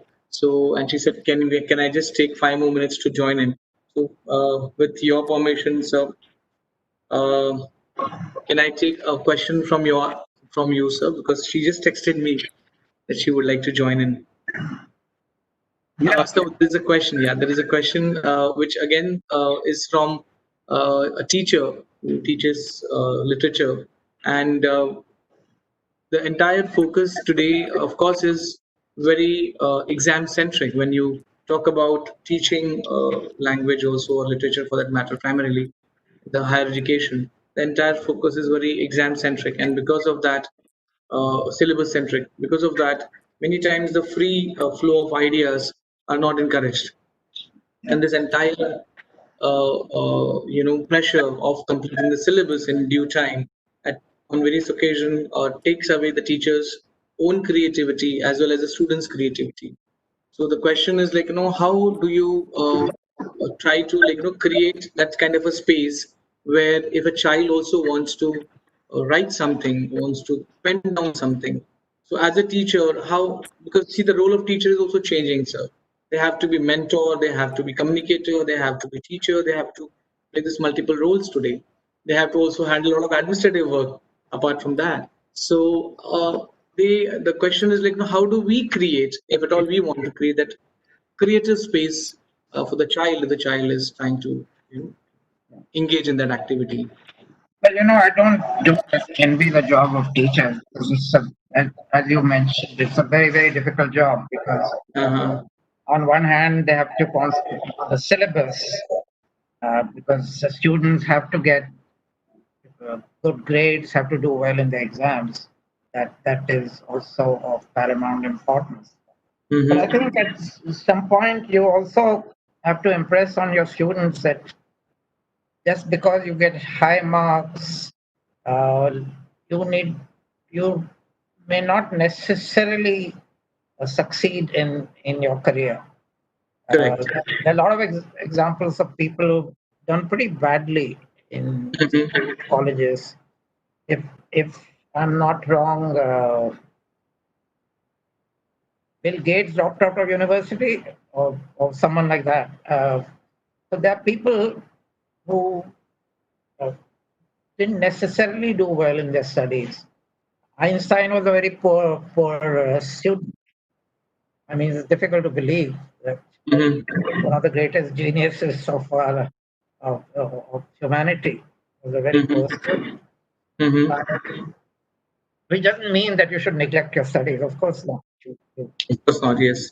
You try and do well in your studies, but don't think that your syllabus and passing exams is the be all and end all of everything. You have to go beyond that, and a good teacher would, I imagine, encourage that. How she does it, how he does it is, I think, up to the teacher. It's a very fine balance that they have to look at, balancing this and that in the right proportions, but always encouraging the student to express herself or himself, giving free rein to their thought, and encouraging that. Trying to maybe find a stand of creativity in each student, which could be different directions. But trying to find that and then having found it, to encourage it. Would be fair enough, sir. Thank you for actually making this entire deliberation so simple. And the flow, in fact, I'm actually getting messages on my WhatsApp constantly that the way you have carried yourself, not only with eloquence and elegance, but also with the way you managed to uplift the entire language and literature through your wonderful words of wisdom, as well as with the way you managed to cover your journey, and the authors you mentioned, sir. And in fact, many a times we get to know from the scholars like you that how to navigate, our entire career, our skills, and our proficiency. But I think today you managed to set a different kind of a precedent that when you have passion to write, you should nurture it. And when you want to believe in yourself, and when you start listening to your inner voice, the world will listen to your voice. You don't have to write to impress. You write basically because you feel like writing, and that is what is the passion of writing all about, which is somewhere I think is missing today as such. So, sir, indeed, on behalf of Kaash Foundation and as well as on behalf of LTI, we would like to thank you on this occasion, sir. And we look forward to having you once again, perhaps in due course, because people like you are walking institutions, sir. There is a lot. There is a lot to. I remember a small anecdote about Ananda, who was the greatest disciple of Buddha, and he said, by just sitting near Buddha, Lord Buddha, you can learn a lot. So this is what we know as Upanishads, sitting next to the Guru and learning a lot. So I'm sure even if we just sit next to you, we would really have this entire literature which you breathe, you inhale and exhale, you would be able to get the insights of that. So I'm really falling short of words. You made me at ease because I was equally nervous, but you made me also at ease, sir. Thank you very much. We also have our next speaker, Shobha Day, there. Hello, Shobha. Thank you for joining in. And thank you so much for having me here. I really enjoyed our conversation. Shobha, good luck. And Gautam Buddha. Shobha really had tough time. The hair is growing, I look like a guru of nothing else. So I will log off, right? Thank you. No, sir, you can stay back, please, sir. If at all you have space and time, kindly. We would, of course, move to the next deliberation. And Shobha, thank you for joining in because she really had tough time joining us. Yes, yes. Thank you, sir. Yeah, thanks. Yes, you really had. But thank you for actually supporting us despite all the adversities, technical adversities, Shobha. Thank you very much. Well, I'm here, so let's go for it. Yes. I hand over to Pranati. Thank you, sir. Thank you once again. Thank you so much, Anil Tharkar sir and Dr. Avkash Jadhav, for such an insightful and illuminating and relevant session. It truly was extremely riveting. For all our viewers who just joined us, we are underway the third faculty development program organized by Kaash Foundation in collaboration with LTI on emerging approaches and trends in English language and literature. And we just concluded our Q&A session with with Mr. Anil Tharkar sir. I now call upon Dr. Geeta Ajit ma'am and Ma'am Shobha Day, who's an extremely eminent columnist and author, and she's our keynote speaker as well for today. Then I call upon Geeta ma'am to moderate the session, and she will be assisted by Gayatri Vedapurkar. Thank you. Thank you, Pranati. Thank you so much. To all our viewers, it was, we really are so lucky to have such a wonderful person with us, Shobha Day, someone whose reputation precedes her.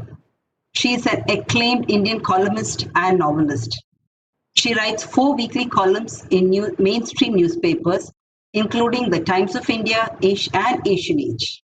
She also writes Des Tours, a fortnightly column for the week.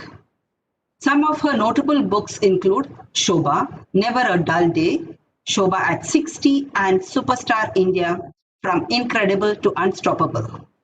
Her latest books, Lockdown Liaisons, was released on 6 June 2020. In all, she has written 21 books. 4 of her books, Socialite Evenings, Starry Nights, Sultry Days, and Second Thoughts, are course material in the University of London. She has also been a writer of several popular soaps on television, including India's daily serial, Swabhiman. After making her name as a model, she began her career in journalism in 1970s, during the course of which she founded and edited 3 magazines, Stardust, Society, and Celebrity. In the 1980s, she contributed to the Sunday magazine section of the Times of India. In her columns, she used to explore the socialite life in Mumbai and lifestyles of the celebrities. Shobha De is known throughout for being unapologetically herself. She has never shied away from expressing her thoughts and has always stood by her beliefs, even in the face of daunting challenges. She writes prolifically on social issues and trends. Over the course of her career, she has earned innumerable awards for her journalism and writing. She has been on the list of India's most trusted people, along with Ratan Tata and Dr. Abdul Kalam, on the list of 50 most powerful women in India, the 50 most powerful people, and many, many more. She was also honored with her own underprint under the Penguin Random House umbrella. Shobha De is one of the strongest women out there, and even at the age of 72, continues to inspire the youth to be bold and unafraid. We are more than glad to have such a vibrant personality as her over here with us. Thank you, ma'am, for accepting our invitation, and it is really an honor to have you. I know you had a lot of glitches, and I'm so sorry. I wish we could have helped you more, but I'm just so glad that you're here. We've been waiting for a long time to talk to you, like I had said earlier. Thank you, ma'am, so much. Ma'am, that now you're here, and you know this is a forum of teachers and students. Would you like to say something before we start on with the Q&A session? All I can say is, students out there, these are going to be the best years of your life, and make the most of them. Learn, but also have lots of fun on the side. Take your chances. Be responsive to every possible opportunity. Grab it and run with it. And to teachers, it's one of the most important jobs on earth. To mold young minds, to guide them, to make sure that they stay inspired, to impart the right values, and making good citizens at the end of the day. So I wish you entirely positive a lot of happiness. Ma'am, I think 1 minute. I think we need Rohan. The sound is there's some problem with the sound. Ma'am, Rohan, Shobha ma'am is not audible, ma'am. ma'am, there's some problem. Honestly, there's nothing I can do. If you can't hear me, there's nothing I can do. Okay, ma'am, we'll go on. Either we go and do dumb charades or forget about it. There's nothing I can do. No, ma'am, we want you. I mean, it's incredible to have you out here, and it's such a great joy and pleasure. Ma'am, can we start with the Q&A session? Can I start? Of course, but can you hear me? That's the important thing. Rohan, he needs to say whether he can hear me at all. Yes, ma'am, we can hear you. It's only a little bit at times. Oh, that's fine.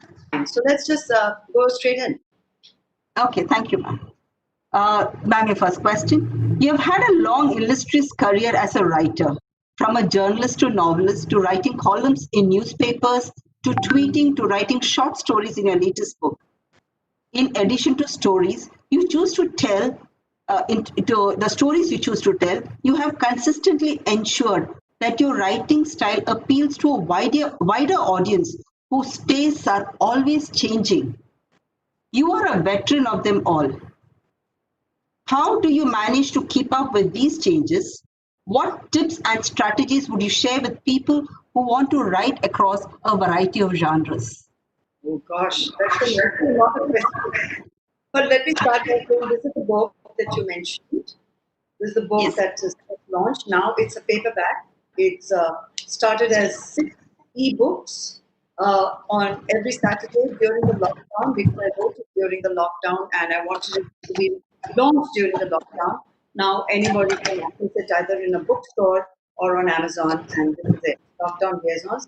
It's a collection of 24 stories, which now are in paperback.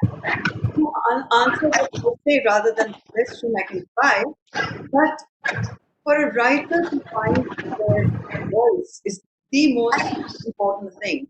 You cannot search for a voice. You've got to have that voice within you.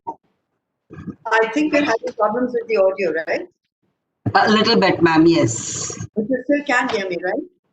At times you're audible and at times not. But ma'am, please, we need you. We want you here. So many of us. You can't hear me at all. I wonder, Rohan, is there any way we can help out? Rohan? You can have to speak louder, little louder, or you can come closer to the device, laptop. Let me try. How's that? Yes, ma'am. Yes, Okay, ma'am. when you went. Is that better? Yes, ma'am. Okay, so to answer your question, I think for those who are interested in pursuing writing as a career or even as a passion, it's important for you to fall in love with words and thoughts and ideas. And the world of imagination is what really has kept all of us, not just in the present circumstances, which the world that of people in not just writers, but have provided comfort and pleasure to a lot of readers during this difficult and trying period. But through centuries, it's really been ideas and words that have inspired humanity. And those will always, but always be there, whether there's a virus or there's a world war or there's a crisis of any kind. It's what sustains us as human beings because we are capable of thinking and we're capable of communicating our thoughts through language. And that is one of the most precious gifts that as human beings that we possess, our mind, language, and imagination. So much for that. My Gayatri Belapurkar is out here. I'm my student, and Yes. she would like to ask you the next question. Certainly. Gayatri? On that note, I would like to ask you something about your writing process. So, do you start with a plot and a fixed set of characters fixed in your mind, or do you dive right in and go as your gut tells you to? Well, honestly speaking, I start with a voice. I have to hear the voice of one of the principal characters. And only then does the character acquire a personality for me. Once I hear the character, the rest of the personality traits and physical aspects of the character fall into place quite easily. But I do a lot of non-fiction. It's not only about novels. And my non-fiction, I don't live. I only hear my own voice when I'm writing non-fiction because it's really my own viewpoint that I'm expressing in those books. It's like when I write my columns, it's no one else's voice. It's really my own voice and interpreting other people's voices because it's important to listen to other people's voices and not just your own. But you to absorb all that you hear, you to be receptive, you to listen keenly to other people's opinions and viewpoints in order to succeed as a columnist. That's a basic. You have to be able to gauge what the pulse of your readers is, what the pulse in the country is, and then be able to expand on that and make it accessible to your readers. So much. It is, I really enjoy reading all your columns. Thank you. It's really wonderful to listen to. Ma'am, the next question is, the accusation level at this generation is that they do not read. The Netflix binging Gen Y and Gen X are more interested in audiovisual medium and the slow pace of novels. Some claim bore them. What do you think is the future of novel in this scenario? And how would you encourage reading among the youth? Well, every new generation has a form of expression and a form of expression that they connect to far better than the older generation's habits of book reading, which will never ever disappear. As long as there are writers, there will be books. The only it's the platforms that will change. So if today we are looking at maybe a huge big tome, a published tome, which can make a young student feel, oh my God, I have enough books that I have to go through in my academic year. Do I need to add to that? But they are getting the same kind of stimuli, perhaps digitally or through ebooks or through Kindle.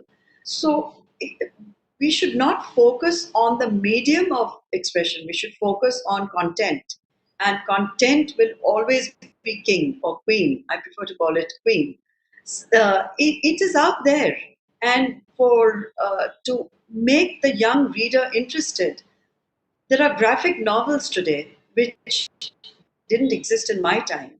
But even the world's great classics are being deconstructed and made into graphic novels.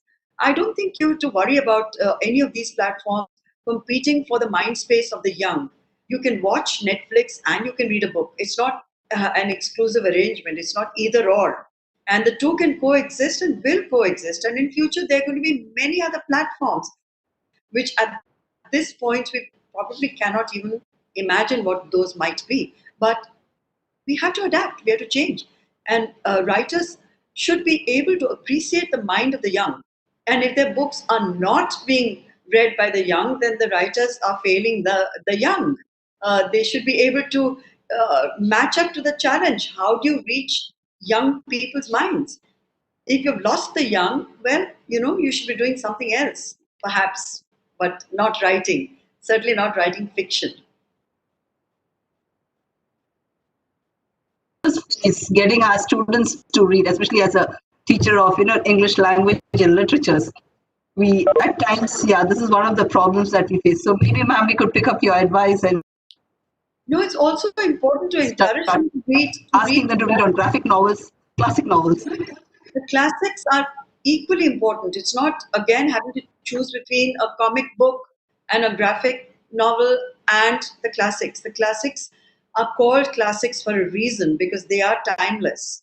And there will always be readers for a classic. With each new generation, you get a new generation of readers enjoying. It could be Tolstoy, it could be R.K. Narayan. There will always be a reader for a book which has that quality of timelessness, which is what has made it a classic in the first place. Jane Austen, there'll always be someone wanting to read a Jane Austen, and there'll always be a filmmaker interested in interpreting it in his or her own way. Just like Shakespeare can be reinterpreted over and over again through cinema, through opera, through music, through so many different platforms that today are so inventive and so creative. And that should never be seen as competing with what we have always known, the beauty of physically holding a book and diving into it and enjoying the characters, enjoying the storyline, enjoying opinion. If it's non-fiction, a book that makes you think, that inspires you, will always but always be there. I don't see books ever going out of style, out of fashion, or becoming irrelevant. Ma'am, we are not able to see you. Yeah, there you're back. Hello? Yeah, I can hear you and see you.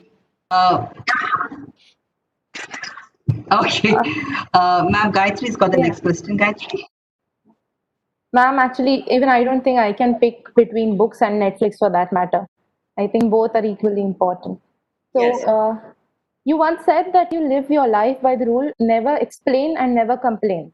Yes. You have voiced your opinions boldly and stood by them firmly, even in case of controversies, and faced the situation head on. There Yes. are many youngsters, typically young girls, who have a lot to say and would love to follow your footsteps and voice their opinions, but they're afraid of the repercussions, and most of the time they end up staying mum. What would you say to them? Well, to start with, a wonderful line that you quoted, which has been my mantra, is not an original line of mine.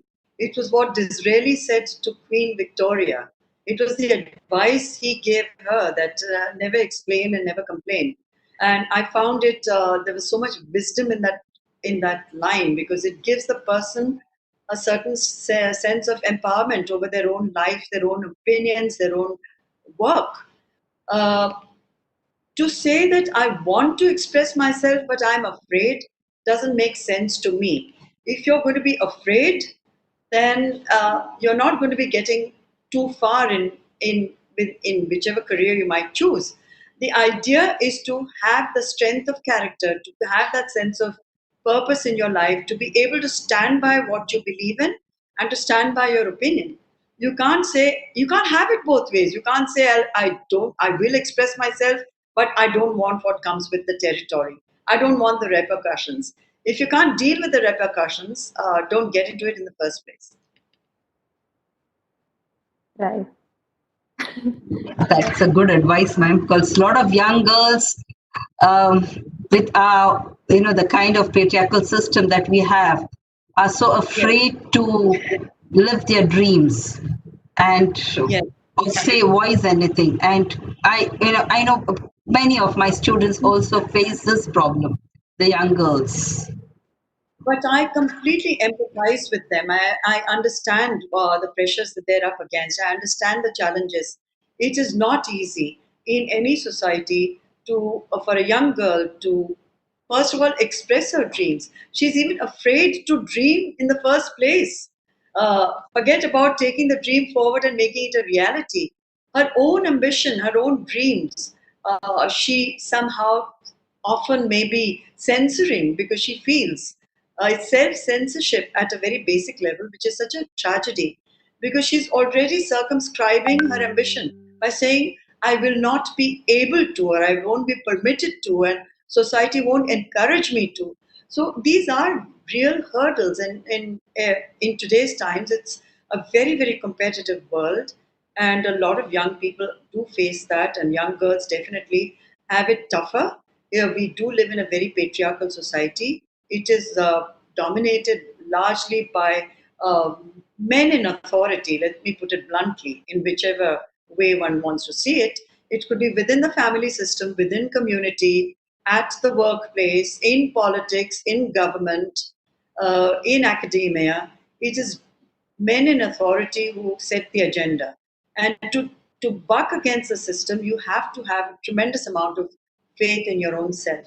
And young girls need the support of their families to be able to push ahead and do what they want to do.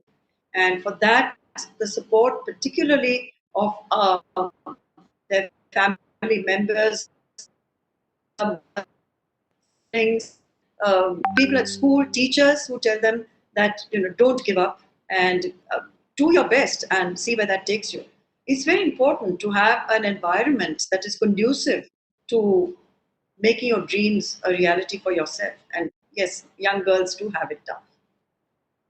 And yes, teachers, I'm sure all of us teachers, we do try our best. Thank you, ma'am. I think Gayatri, the next one. Yeah. Ma'am, I'd like to add to my previous question. How has the Indian woman changed over these years, from your youth to mine? And is it for the better or worse? Tough question, good question. Well, the freedoms that we see today in terms and the opportunities more than even the freedoms are what women should be able to cherish. And 45 years ago, it was a very different India, and the opportunities were limited, not just for women, but for men as well. So today, literally, the sky is the limit. You just have to dream it and you can make it happen. You have to work hard to make that happen. But yes, society was not always very encouraging towards career women at my time. And I'm happy to say that today, 45 years later, I can proudly call myself a full time working grandmother. It was simply not an option for my mother, it was not an option for my grandmother, not at all. And these were ladies who were not exactly unintelligent. They just didn't have the society did not give them the opportunity or a platform to express themselves beyond the role that was sanctioned to them within their own families. But my mother, for example, was a remarkable lady, very sure of herself. She was an intelligent woman. She was a homemaker, a very proud and loving homemaker. And the question of going beyond that was not an option she could even entertain. So she didn't entertain it. So in my case, my generation, especially for me, being the youngest in a family of four, by the time I started my school and my college going years, a lot had changed. From the time my sister from the districts of Maharashtra going to Delhi to a completely different environment, having to learn Hindi and English at the 10th and 11th grade after having done Marathi medium till that point in various districts where my father was posted as a judge was a leap that I cannot even imagine how she must have taken, but she did. And she went on to get into a great college. She was at Miranda House. She passed with honors. She went on to do her law degree. She went on to do her master's program. But look at the disadvantages she started off with. It's commendable what women at that time were up against, but they managed. And I have enormous faith in women. Women always manage, but you have to struggle that much harder. But it's important to recognize the struggle of women who've gone before us and what they faced.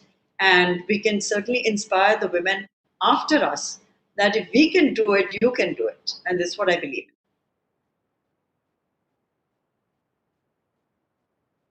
Well said. Ma'am, next, this thing, you have always spoken of your middle class values. Yes. Right. So, can you tell us how they make you you, and what change in the value system do you see in the young today? But that's the second part of the question is too sweeping for me to make any kind of sense or compress it into an answer which in a short period of time. But I can certainly talk about my own upbringing, which was a Maharashtrian and middle class with a bureaucratic father. He went to Delhi and became joined the Ministry of Law Central and did what bureaucrats do. I mean, they did their best to keep the wheels of government moving. And he was fortunate to work with an extremely intellectual as well as a very progressive minded law minister at the time. So for us, it was an upbringing where academia and hard work were the most valued. And of course, every middle class family's dream at that point was to see their children educated and to make sure that they got their degrees and they got professional commitments after they finished school and college and got into professional streams. And the idealized streams at that time was doctor, lawyers, engineers. So my brother was an engineer. One of my sisters became a surgeon, and the sister I spoke about, she did a law degree and then went on to become a banker. That left me, the black sheep of the family and the youngest. But we grew up respecting the limited resources the family had. We understood that those were meant to give us a head start in life by giving us the best opportunities as far as education was concerned. So we weren't surrounded by any form of luxury. We had books as our best friends, thank God, and not toys. And certainly there were no iPhones in those days, or even to get a phone, to get a regular phone, a landline. There was a waiting period of 7 years. You had to apply to get a phone in your home and then wait for 7 years, and it was like Diwali when the phone connection was actually installed in your home. And of course, it is no question that food and resources were to be shared, and you learn how to do that. You learn not to waste. You learn to value every rupee that is being earned. You learn to respect work. So these and to work hard and to respect other people who are working equally hard. So I mean, these are values that they really have stood me in very good stead. So today I find there is absolutely no shame in attempting any kind of work. In these pandemic times, we are grabbing and taking whatever comes our way, because where are the jobs? Where are the assignments? Where are the opportunities? Everybody is reinventing themselves because the economics of today's condition demand that we don't just sit back and say, oh my God, we're wringing our hands and saying we're going through terrible times. I've lost my job and I'm just going to sit at home and do nothing. No, you immediately think, what can I do? And every human being is capable of working hard. We have a brain, we have two hands, we have eyes, we have ears, we've got 2 feet. And there's no reason on earth why, even if it's something you trained for, which is no longer a career option, it doesn't mean you sit back and say, I'll wait for this to blow over, because it's not going to blow over. It's not going to blow over for the next 2 years, maybe 5 years. So you can't sit back for 5 years and do nothing. So the quicker you think about plan B and plan C, the better for you. Advice for the young. really well needed advice today. Gayatri? Yes. Ma'am, you have seen Mumbai over the years, and Mumbai has always been more than a city. Yes, it is. Mumbai is actually a state of mind. It's beyond anything who doesn't live in Mumbai can ever fully comprehend or understand what Mumbai is, and its beauty and its strength and its madness and its energy and its just the way it drives you and pushes you to the edge. Sometimes you feel, my God, how am I going to survive the next crisis? How am I going to survive the floods, the flooding of our streets? Basic stuff like that. But somehow Mumbaikars pull through and we help each other in the worst of times. And I think the spirit of the city, to me, is exactly about that. It's about about challenging yourself. And it's a never say die kind of a city. It's not a city for losers. So it can be extremely harsh and cruel for people who expect to come to Mumbai and it's going to be a cakewalk and they're suddenly going to be very successful. It doesn't happen like that. I've lost you guys. I can't see anybody on the screen right now. We can see you. I hope you can hear us. Okay, you're back. Yeah. Okay. Yes. Okay. Gayatri, you wanted to continue? Yes. Ma'am, do you mind if I shift to Marathi for a little bit just to add that personal touch to Mumbai? No, I'd be happy to speak, but माझं मराठी इतकं उत्तम पण नाहीये, पण I'll try. Okay. सो प्रत्येक मुंबईकराच्या दृष्टीने आमची मुंबई या शब्दाचा अर्थ वेगळा आहे.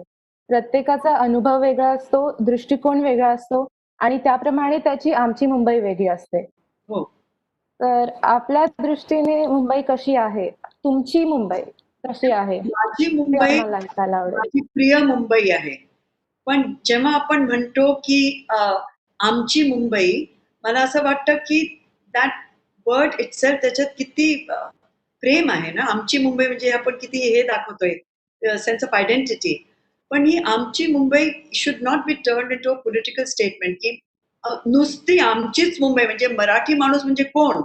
That definition itself I have a problem with.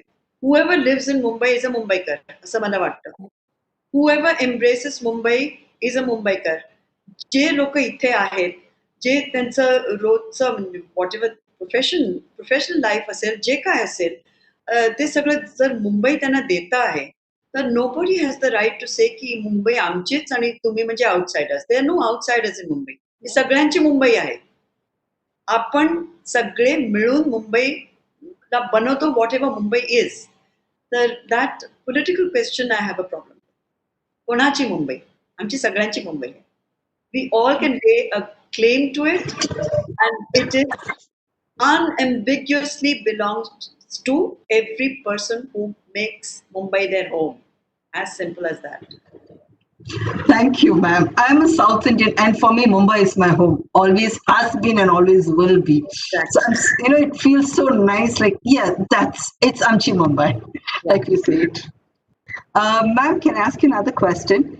As a Maharashtrian married to a Bengali and writing in English, there have always been many instances when you would have been asked, why do you write in English? In this context, now the latest National Education Policy of 2020, it promotes a 3-language policy. So how would you, place this and into the education or system studying in 3 languages? What is your point of view? When I started schooling, we also had 3 languages which were compulsory. But it depends on which grade you started those other 2 languages. Even though it was a missionary school and the primary, it was an English medium school as you call it, but Hindi was compulsory and Marathi was compulsory. So, and French was optional or German was optional or Sanskrit was optional, but that was in the higher classes. I see no problem with it. I think children's minds are capable of absorbing up to 5 languages easily. It depends on how you impart that skill set is very important. If you make them believe that it's very oppressive to be learning in 3 languages, they're going to find it's going to be oppressive. If it's the most natural form of learning and there's equal priority given to all 3 languages, languages, and then an option to choose at a later stage, there should be no problem whatsoever. It's important to know regional languages because most of us have got out of that. Like you saw my Marathi, I was struggling to speak because I'm out of touch with the language. So, which I don't feel good about. I feel terrible. I wish I had worked on it harder when I was a student. And you can never ever feel that learning a new language is a waste.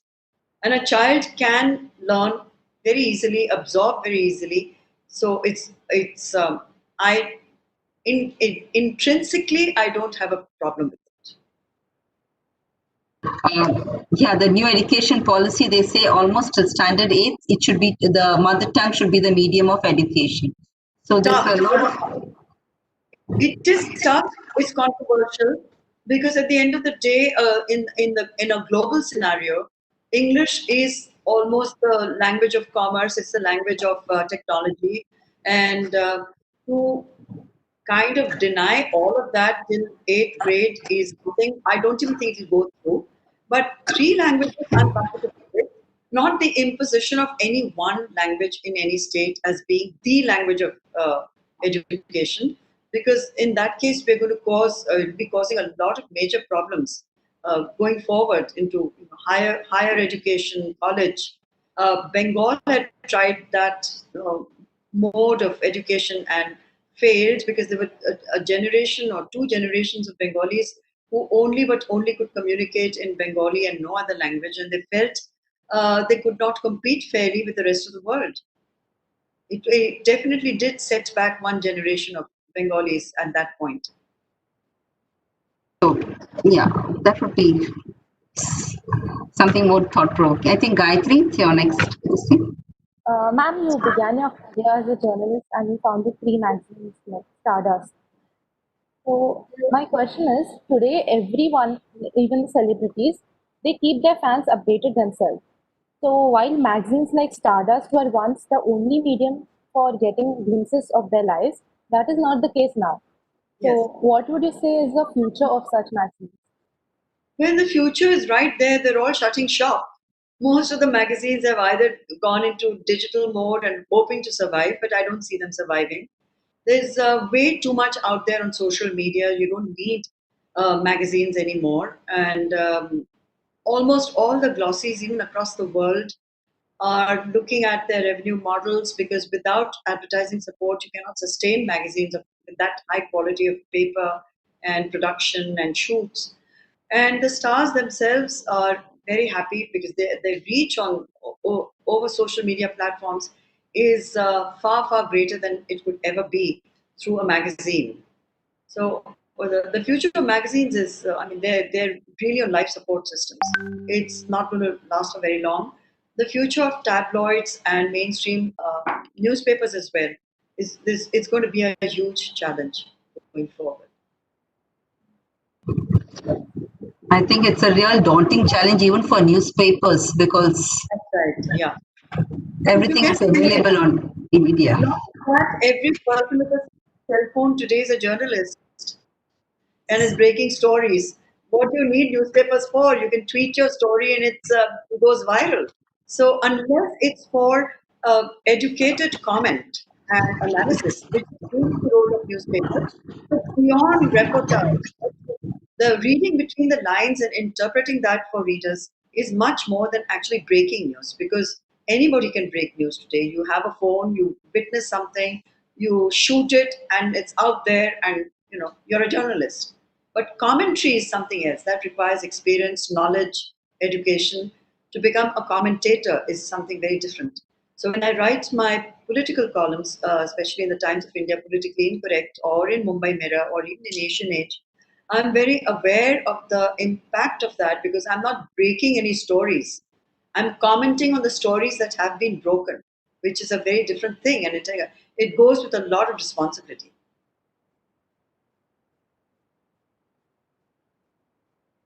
I'm addicted to, you could say. I look forward to it every Sunday. Thank you so much. Gayatri, I think Yes. she has a question. Speaking of content, India could soon have more writers than readers. So with the spurt in the available content, How do you identify a good book? You'll have to repeat the last part of your question. In today's context, there are going to be many more writers than readers. Did you say? Yeah, India could have more writers than readers because we see everyone on social media, they have something of their own and they generate content. Yes. And No, I'm all for it because it's a very, it's like the democratization of public opinion. Every citizen has a right to express his or her opinion. So why not? I mean, let everybody be out there expressing themselves in whichever form they want to. I mean, look at what happened with all those TikTok stars. And they were, of course, performing stuff, but they were not waiting for a break. They were not waiting for a career option to present itself. They created their own careers. And that is also the kind of very exciting aspect of the new platforms. That if you have talent, you can put it out there. If you're a fantastic writer, you start blogging, maybe you start getting a fan following, which can be far greater than the fan following of than maybe some of the more established writers. So it's great. If you have it, you want something, you have something to say, just go right out there and say it. That's really something you have to say the next, you want to ask the next question. I have a little more to that. So, which of your books is the closest to your heart and why? You know, I'm asked that a lot, especially by young people, and I try and avoid that answer because it's impossible to pick. It's like, asking me that which of your children is your favorite child and why is that child your favorite. I would never answer it. So I think for me, first of all, I don't play favorites, so I don't have favorites. The book that always engages me the most emotionally is the book I'm working on or I'm writing at that moment or conceptualizing because my entire creative energy is completely focused on the new project. The book that is published is out there and it no longer in that sense belongs to me. Yeah, I don't feel possessive about it at all because anybody can read it, like it, reject it, feel what they want about the book. It's then out there in the world. So it ceases to have that power over me as the book that I'm actually writing because I need to conserve all my thoughts, my passion to put into the book I'm working on. Ma'am, it's amazing the amount of work that you do and you speak. I mean, most of us we feel how do you manage it in a single day? And the kind of it's difficult for us to even think of doing so much of work and such quality work that you do. That's very My question is, how do you relax? I mean, what do you do to relax? Is there something like that? And how do you?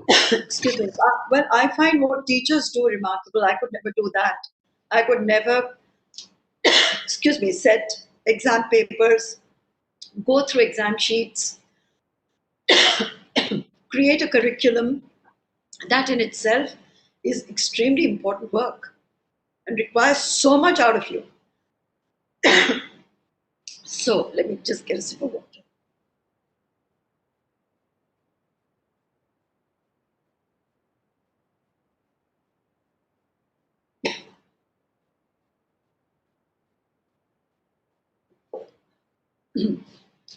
So I think you have to enjoy what you do.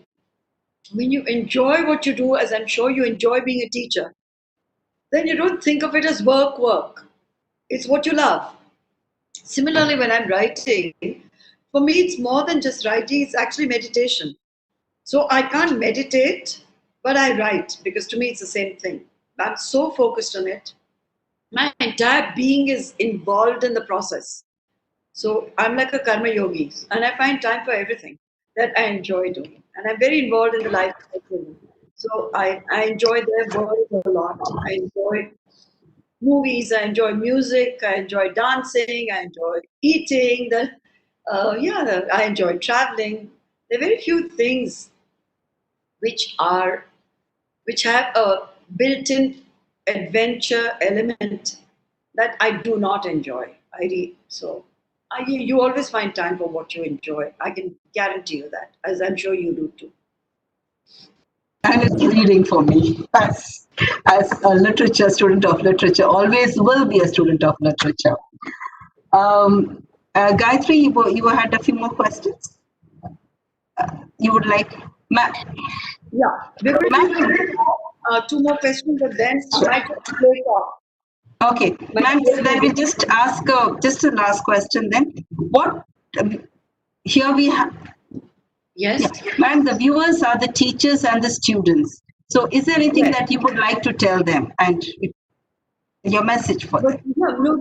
I'm not much of a message person because I think it's a bit pompous to be on some kind of a podium giving a message. But I would like to express my appreciation a lot to the students whose minds are eager and they're absorbing and learning all the time. And for all of you out there who are molding those minds and giving them an impetus to go out there and discover their own potential themselves. And I can only look back and thank my wonderful teachers. Not all of them were wonderful, but certainly my English language teacher had a seminal influence on my life. Mrs. Thomas, God bless you, she's no longer with us. But had she not stood by me and had she not encouraged me and had she not recognized something within me as a person who loved words, I probably would not have been talking to all of you today. So even in college, I had the most wonderful teachers. I had taken psychology as a major and sociology because I didn't want to ruin my literature experience by learning literature. I wanted to feel it and experience it and read and arrive at my own conclusions about books and not in a destructured way in a classroom. So to all my teachers, I really owe them such a huge debt. And I'm sure every student looking back, they must feel that way because without all of you, what would we be? We would be, I don't know, ignorant little things, floundering in the world looking for answers. But you provide the framework with which to locate those answers in a world that is so complex, but never ever dull and always exciting. And that's the best compliment that you could give us teachers. I mean, it's really touching. And it's meant from God. Thank you, ma'am. And I'm sure all the teachers who are listening, they would be filled with pride and so much of affection. I mean, you made a day for us. Thank you so much. Ma'am, I wish we could go on more and more. The time, I wish it could continue, but like you said, yeah, we would have to end now. Thank you so much, ma'am, agreeing to come. I know you had a really long day from traveling, and then the technical hitches that we had was quite unexpected. We'll just focus on our wonderful conversation, and thank you all for being and asking the most. Thank you. Hello, Rohan. Ma'am, we lost your. We couldn't hear what you said the last. What I said was that it's been such a wonderful conversation and so energizing. So let's focus on what we exchanged rather than the technical glitches. I need to be smarter about learning new technologies. I'm reasonably smart, but sometimes these things overwhelm me. So thank you all very, very much. I really, really enjoyed our and the questions were just lovely. Thank you. Thank you, ma'am. Thank you so much. And it's been really, really so happy that you are there with us. Thank you so much. And we have Pamela. Pamela, you're on? Yeah. Yes, ma'am. Thank you, ma'am, once again. Yes. Shobha ma'am, I would request you to kindly stay for 2 minutes as we come towards the end of our session. Sure. And thank you so much, ma'am. Also, I would like to thank Shobha Day ma'am, Dr. Geeta, Ajit, and Gayatri Belapurkar for such an insightful interactive session. And now I would like to take the opportunity to invite Dr. Kaash Jadhav to kindly share his concluding remarks for today's session. Over to you, sir. Thank you, Pamela. I think this really forgot to understand this part that there is Shobha Day reading him, and if Shobha Day had to modify the quote, she would say, never explain, never complain, and never compromise, perhaps. Yes, yes. That is what Absolutely right. that is what a real Kamo Yogi, and of course, the way I like the line you said, I write, and that is my meditation.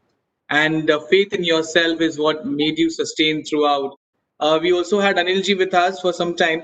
There's a small quote I remember, this line from J.K. Rowling's Harry Potter and the Goblet of Fire. Especially, I felt this can be a dedication to you. That differences of habit and language are nothing at all if our aims are identical and our hearts are open. And that is what Beautiful. Shobhade is.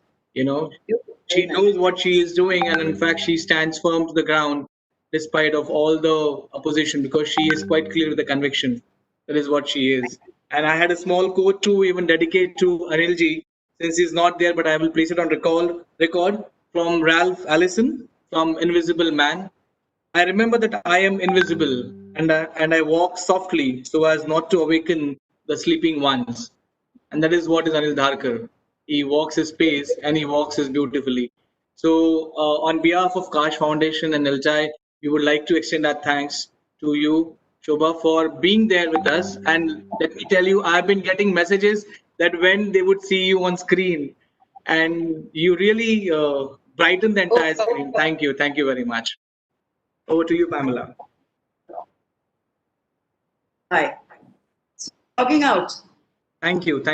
Yes? On behalf of Kaash Foundation and Altai, I would like to take this opportunity to thank Anil Dharkar sir as well as Shobhade ma'am for gracing the first day of our third International Faculty Development Program with your esteemed presence. Also, I would like to thank Dr. Afkash Yadav, Dr. Geeta Ajit, and Gayatri Belapurkar for moderating this insightful Q&A session with both our esteemed speakers. We move on to the second day of the third International Faculty Development Program tomorrow with three another stalwarts in the fields of English language and literature. Our first resource person will be Patrick Wallace, who will be presenting on perspectives on practical ELT pedagogy. Our second resource person will be Dr. Rosie Shamling, who will be presenting on literature and environment, pedagogies, perspectives, and intersections. Our third resource person will be Claire Siskin, who will be presenting on digital literacy and CAMM. With this, we come to the end of our inaugural session and the first day of the third International Faculty Development Program. It is a request to all our viewers to kindly put in their feedbacks in the feedback link given in the description of the YouTube channel. And with this, we end our session for today and we meet you all tomorrow again at 3 p.m. This is Pamela Dhunde, team member of Kaash Foundation, signing off. Thank you.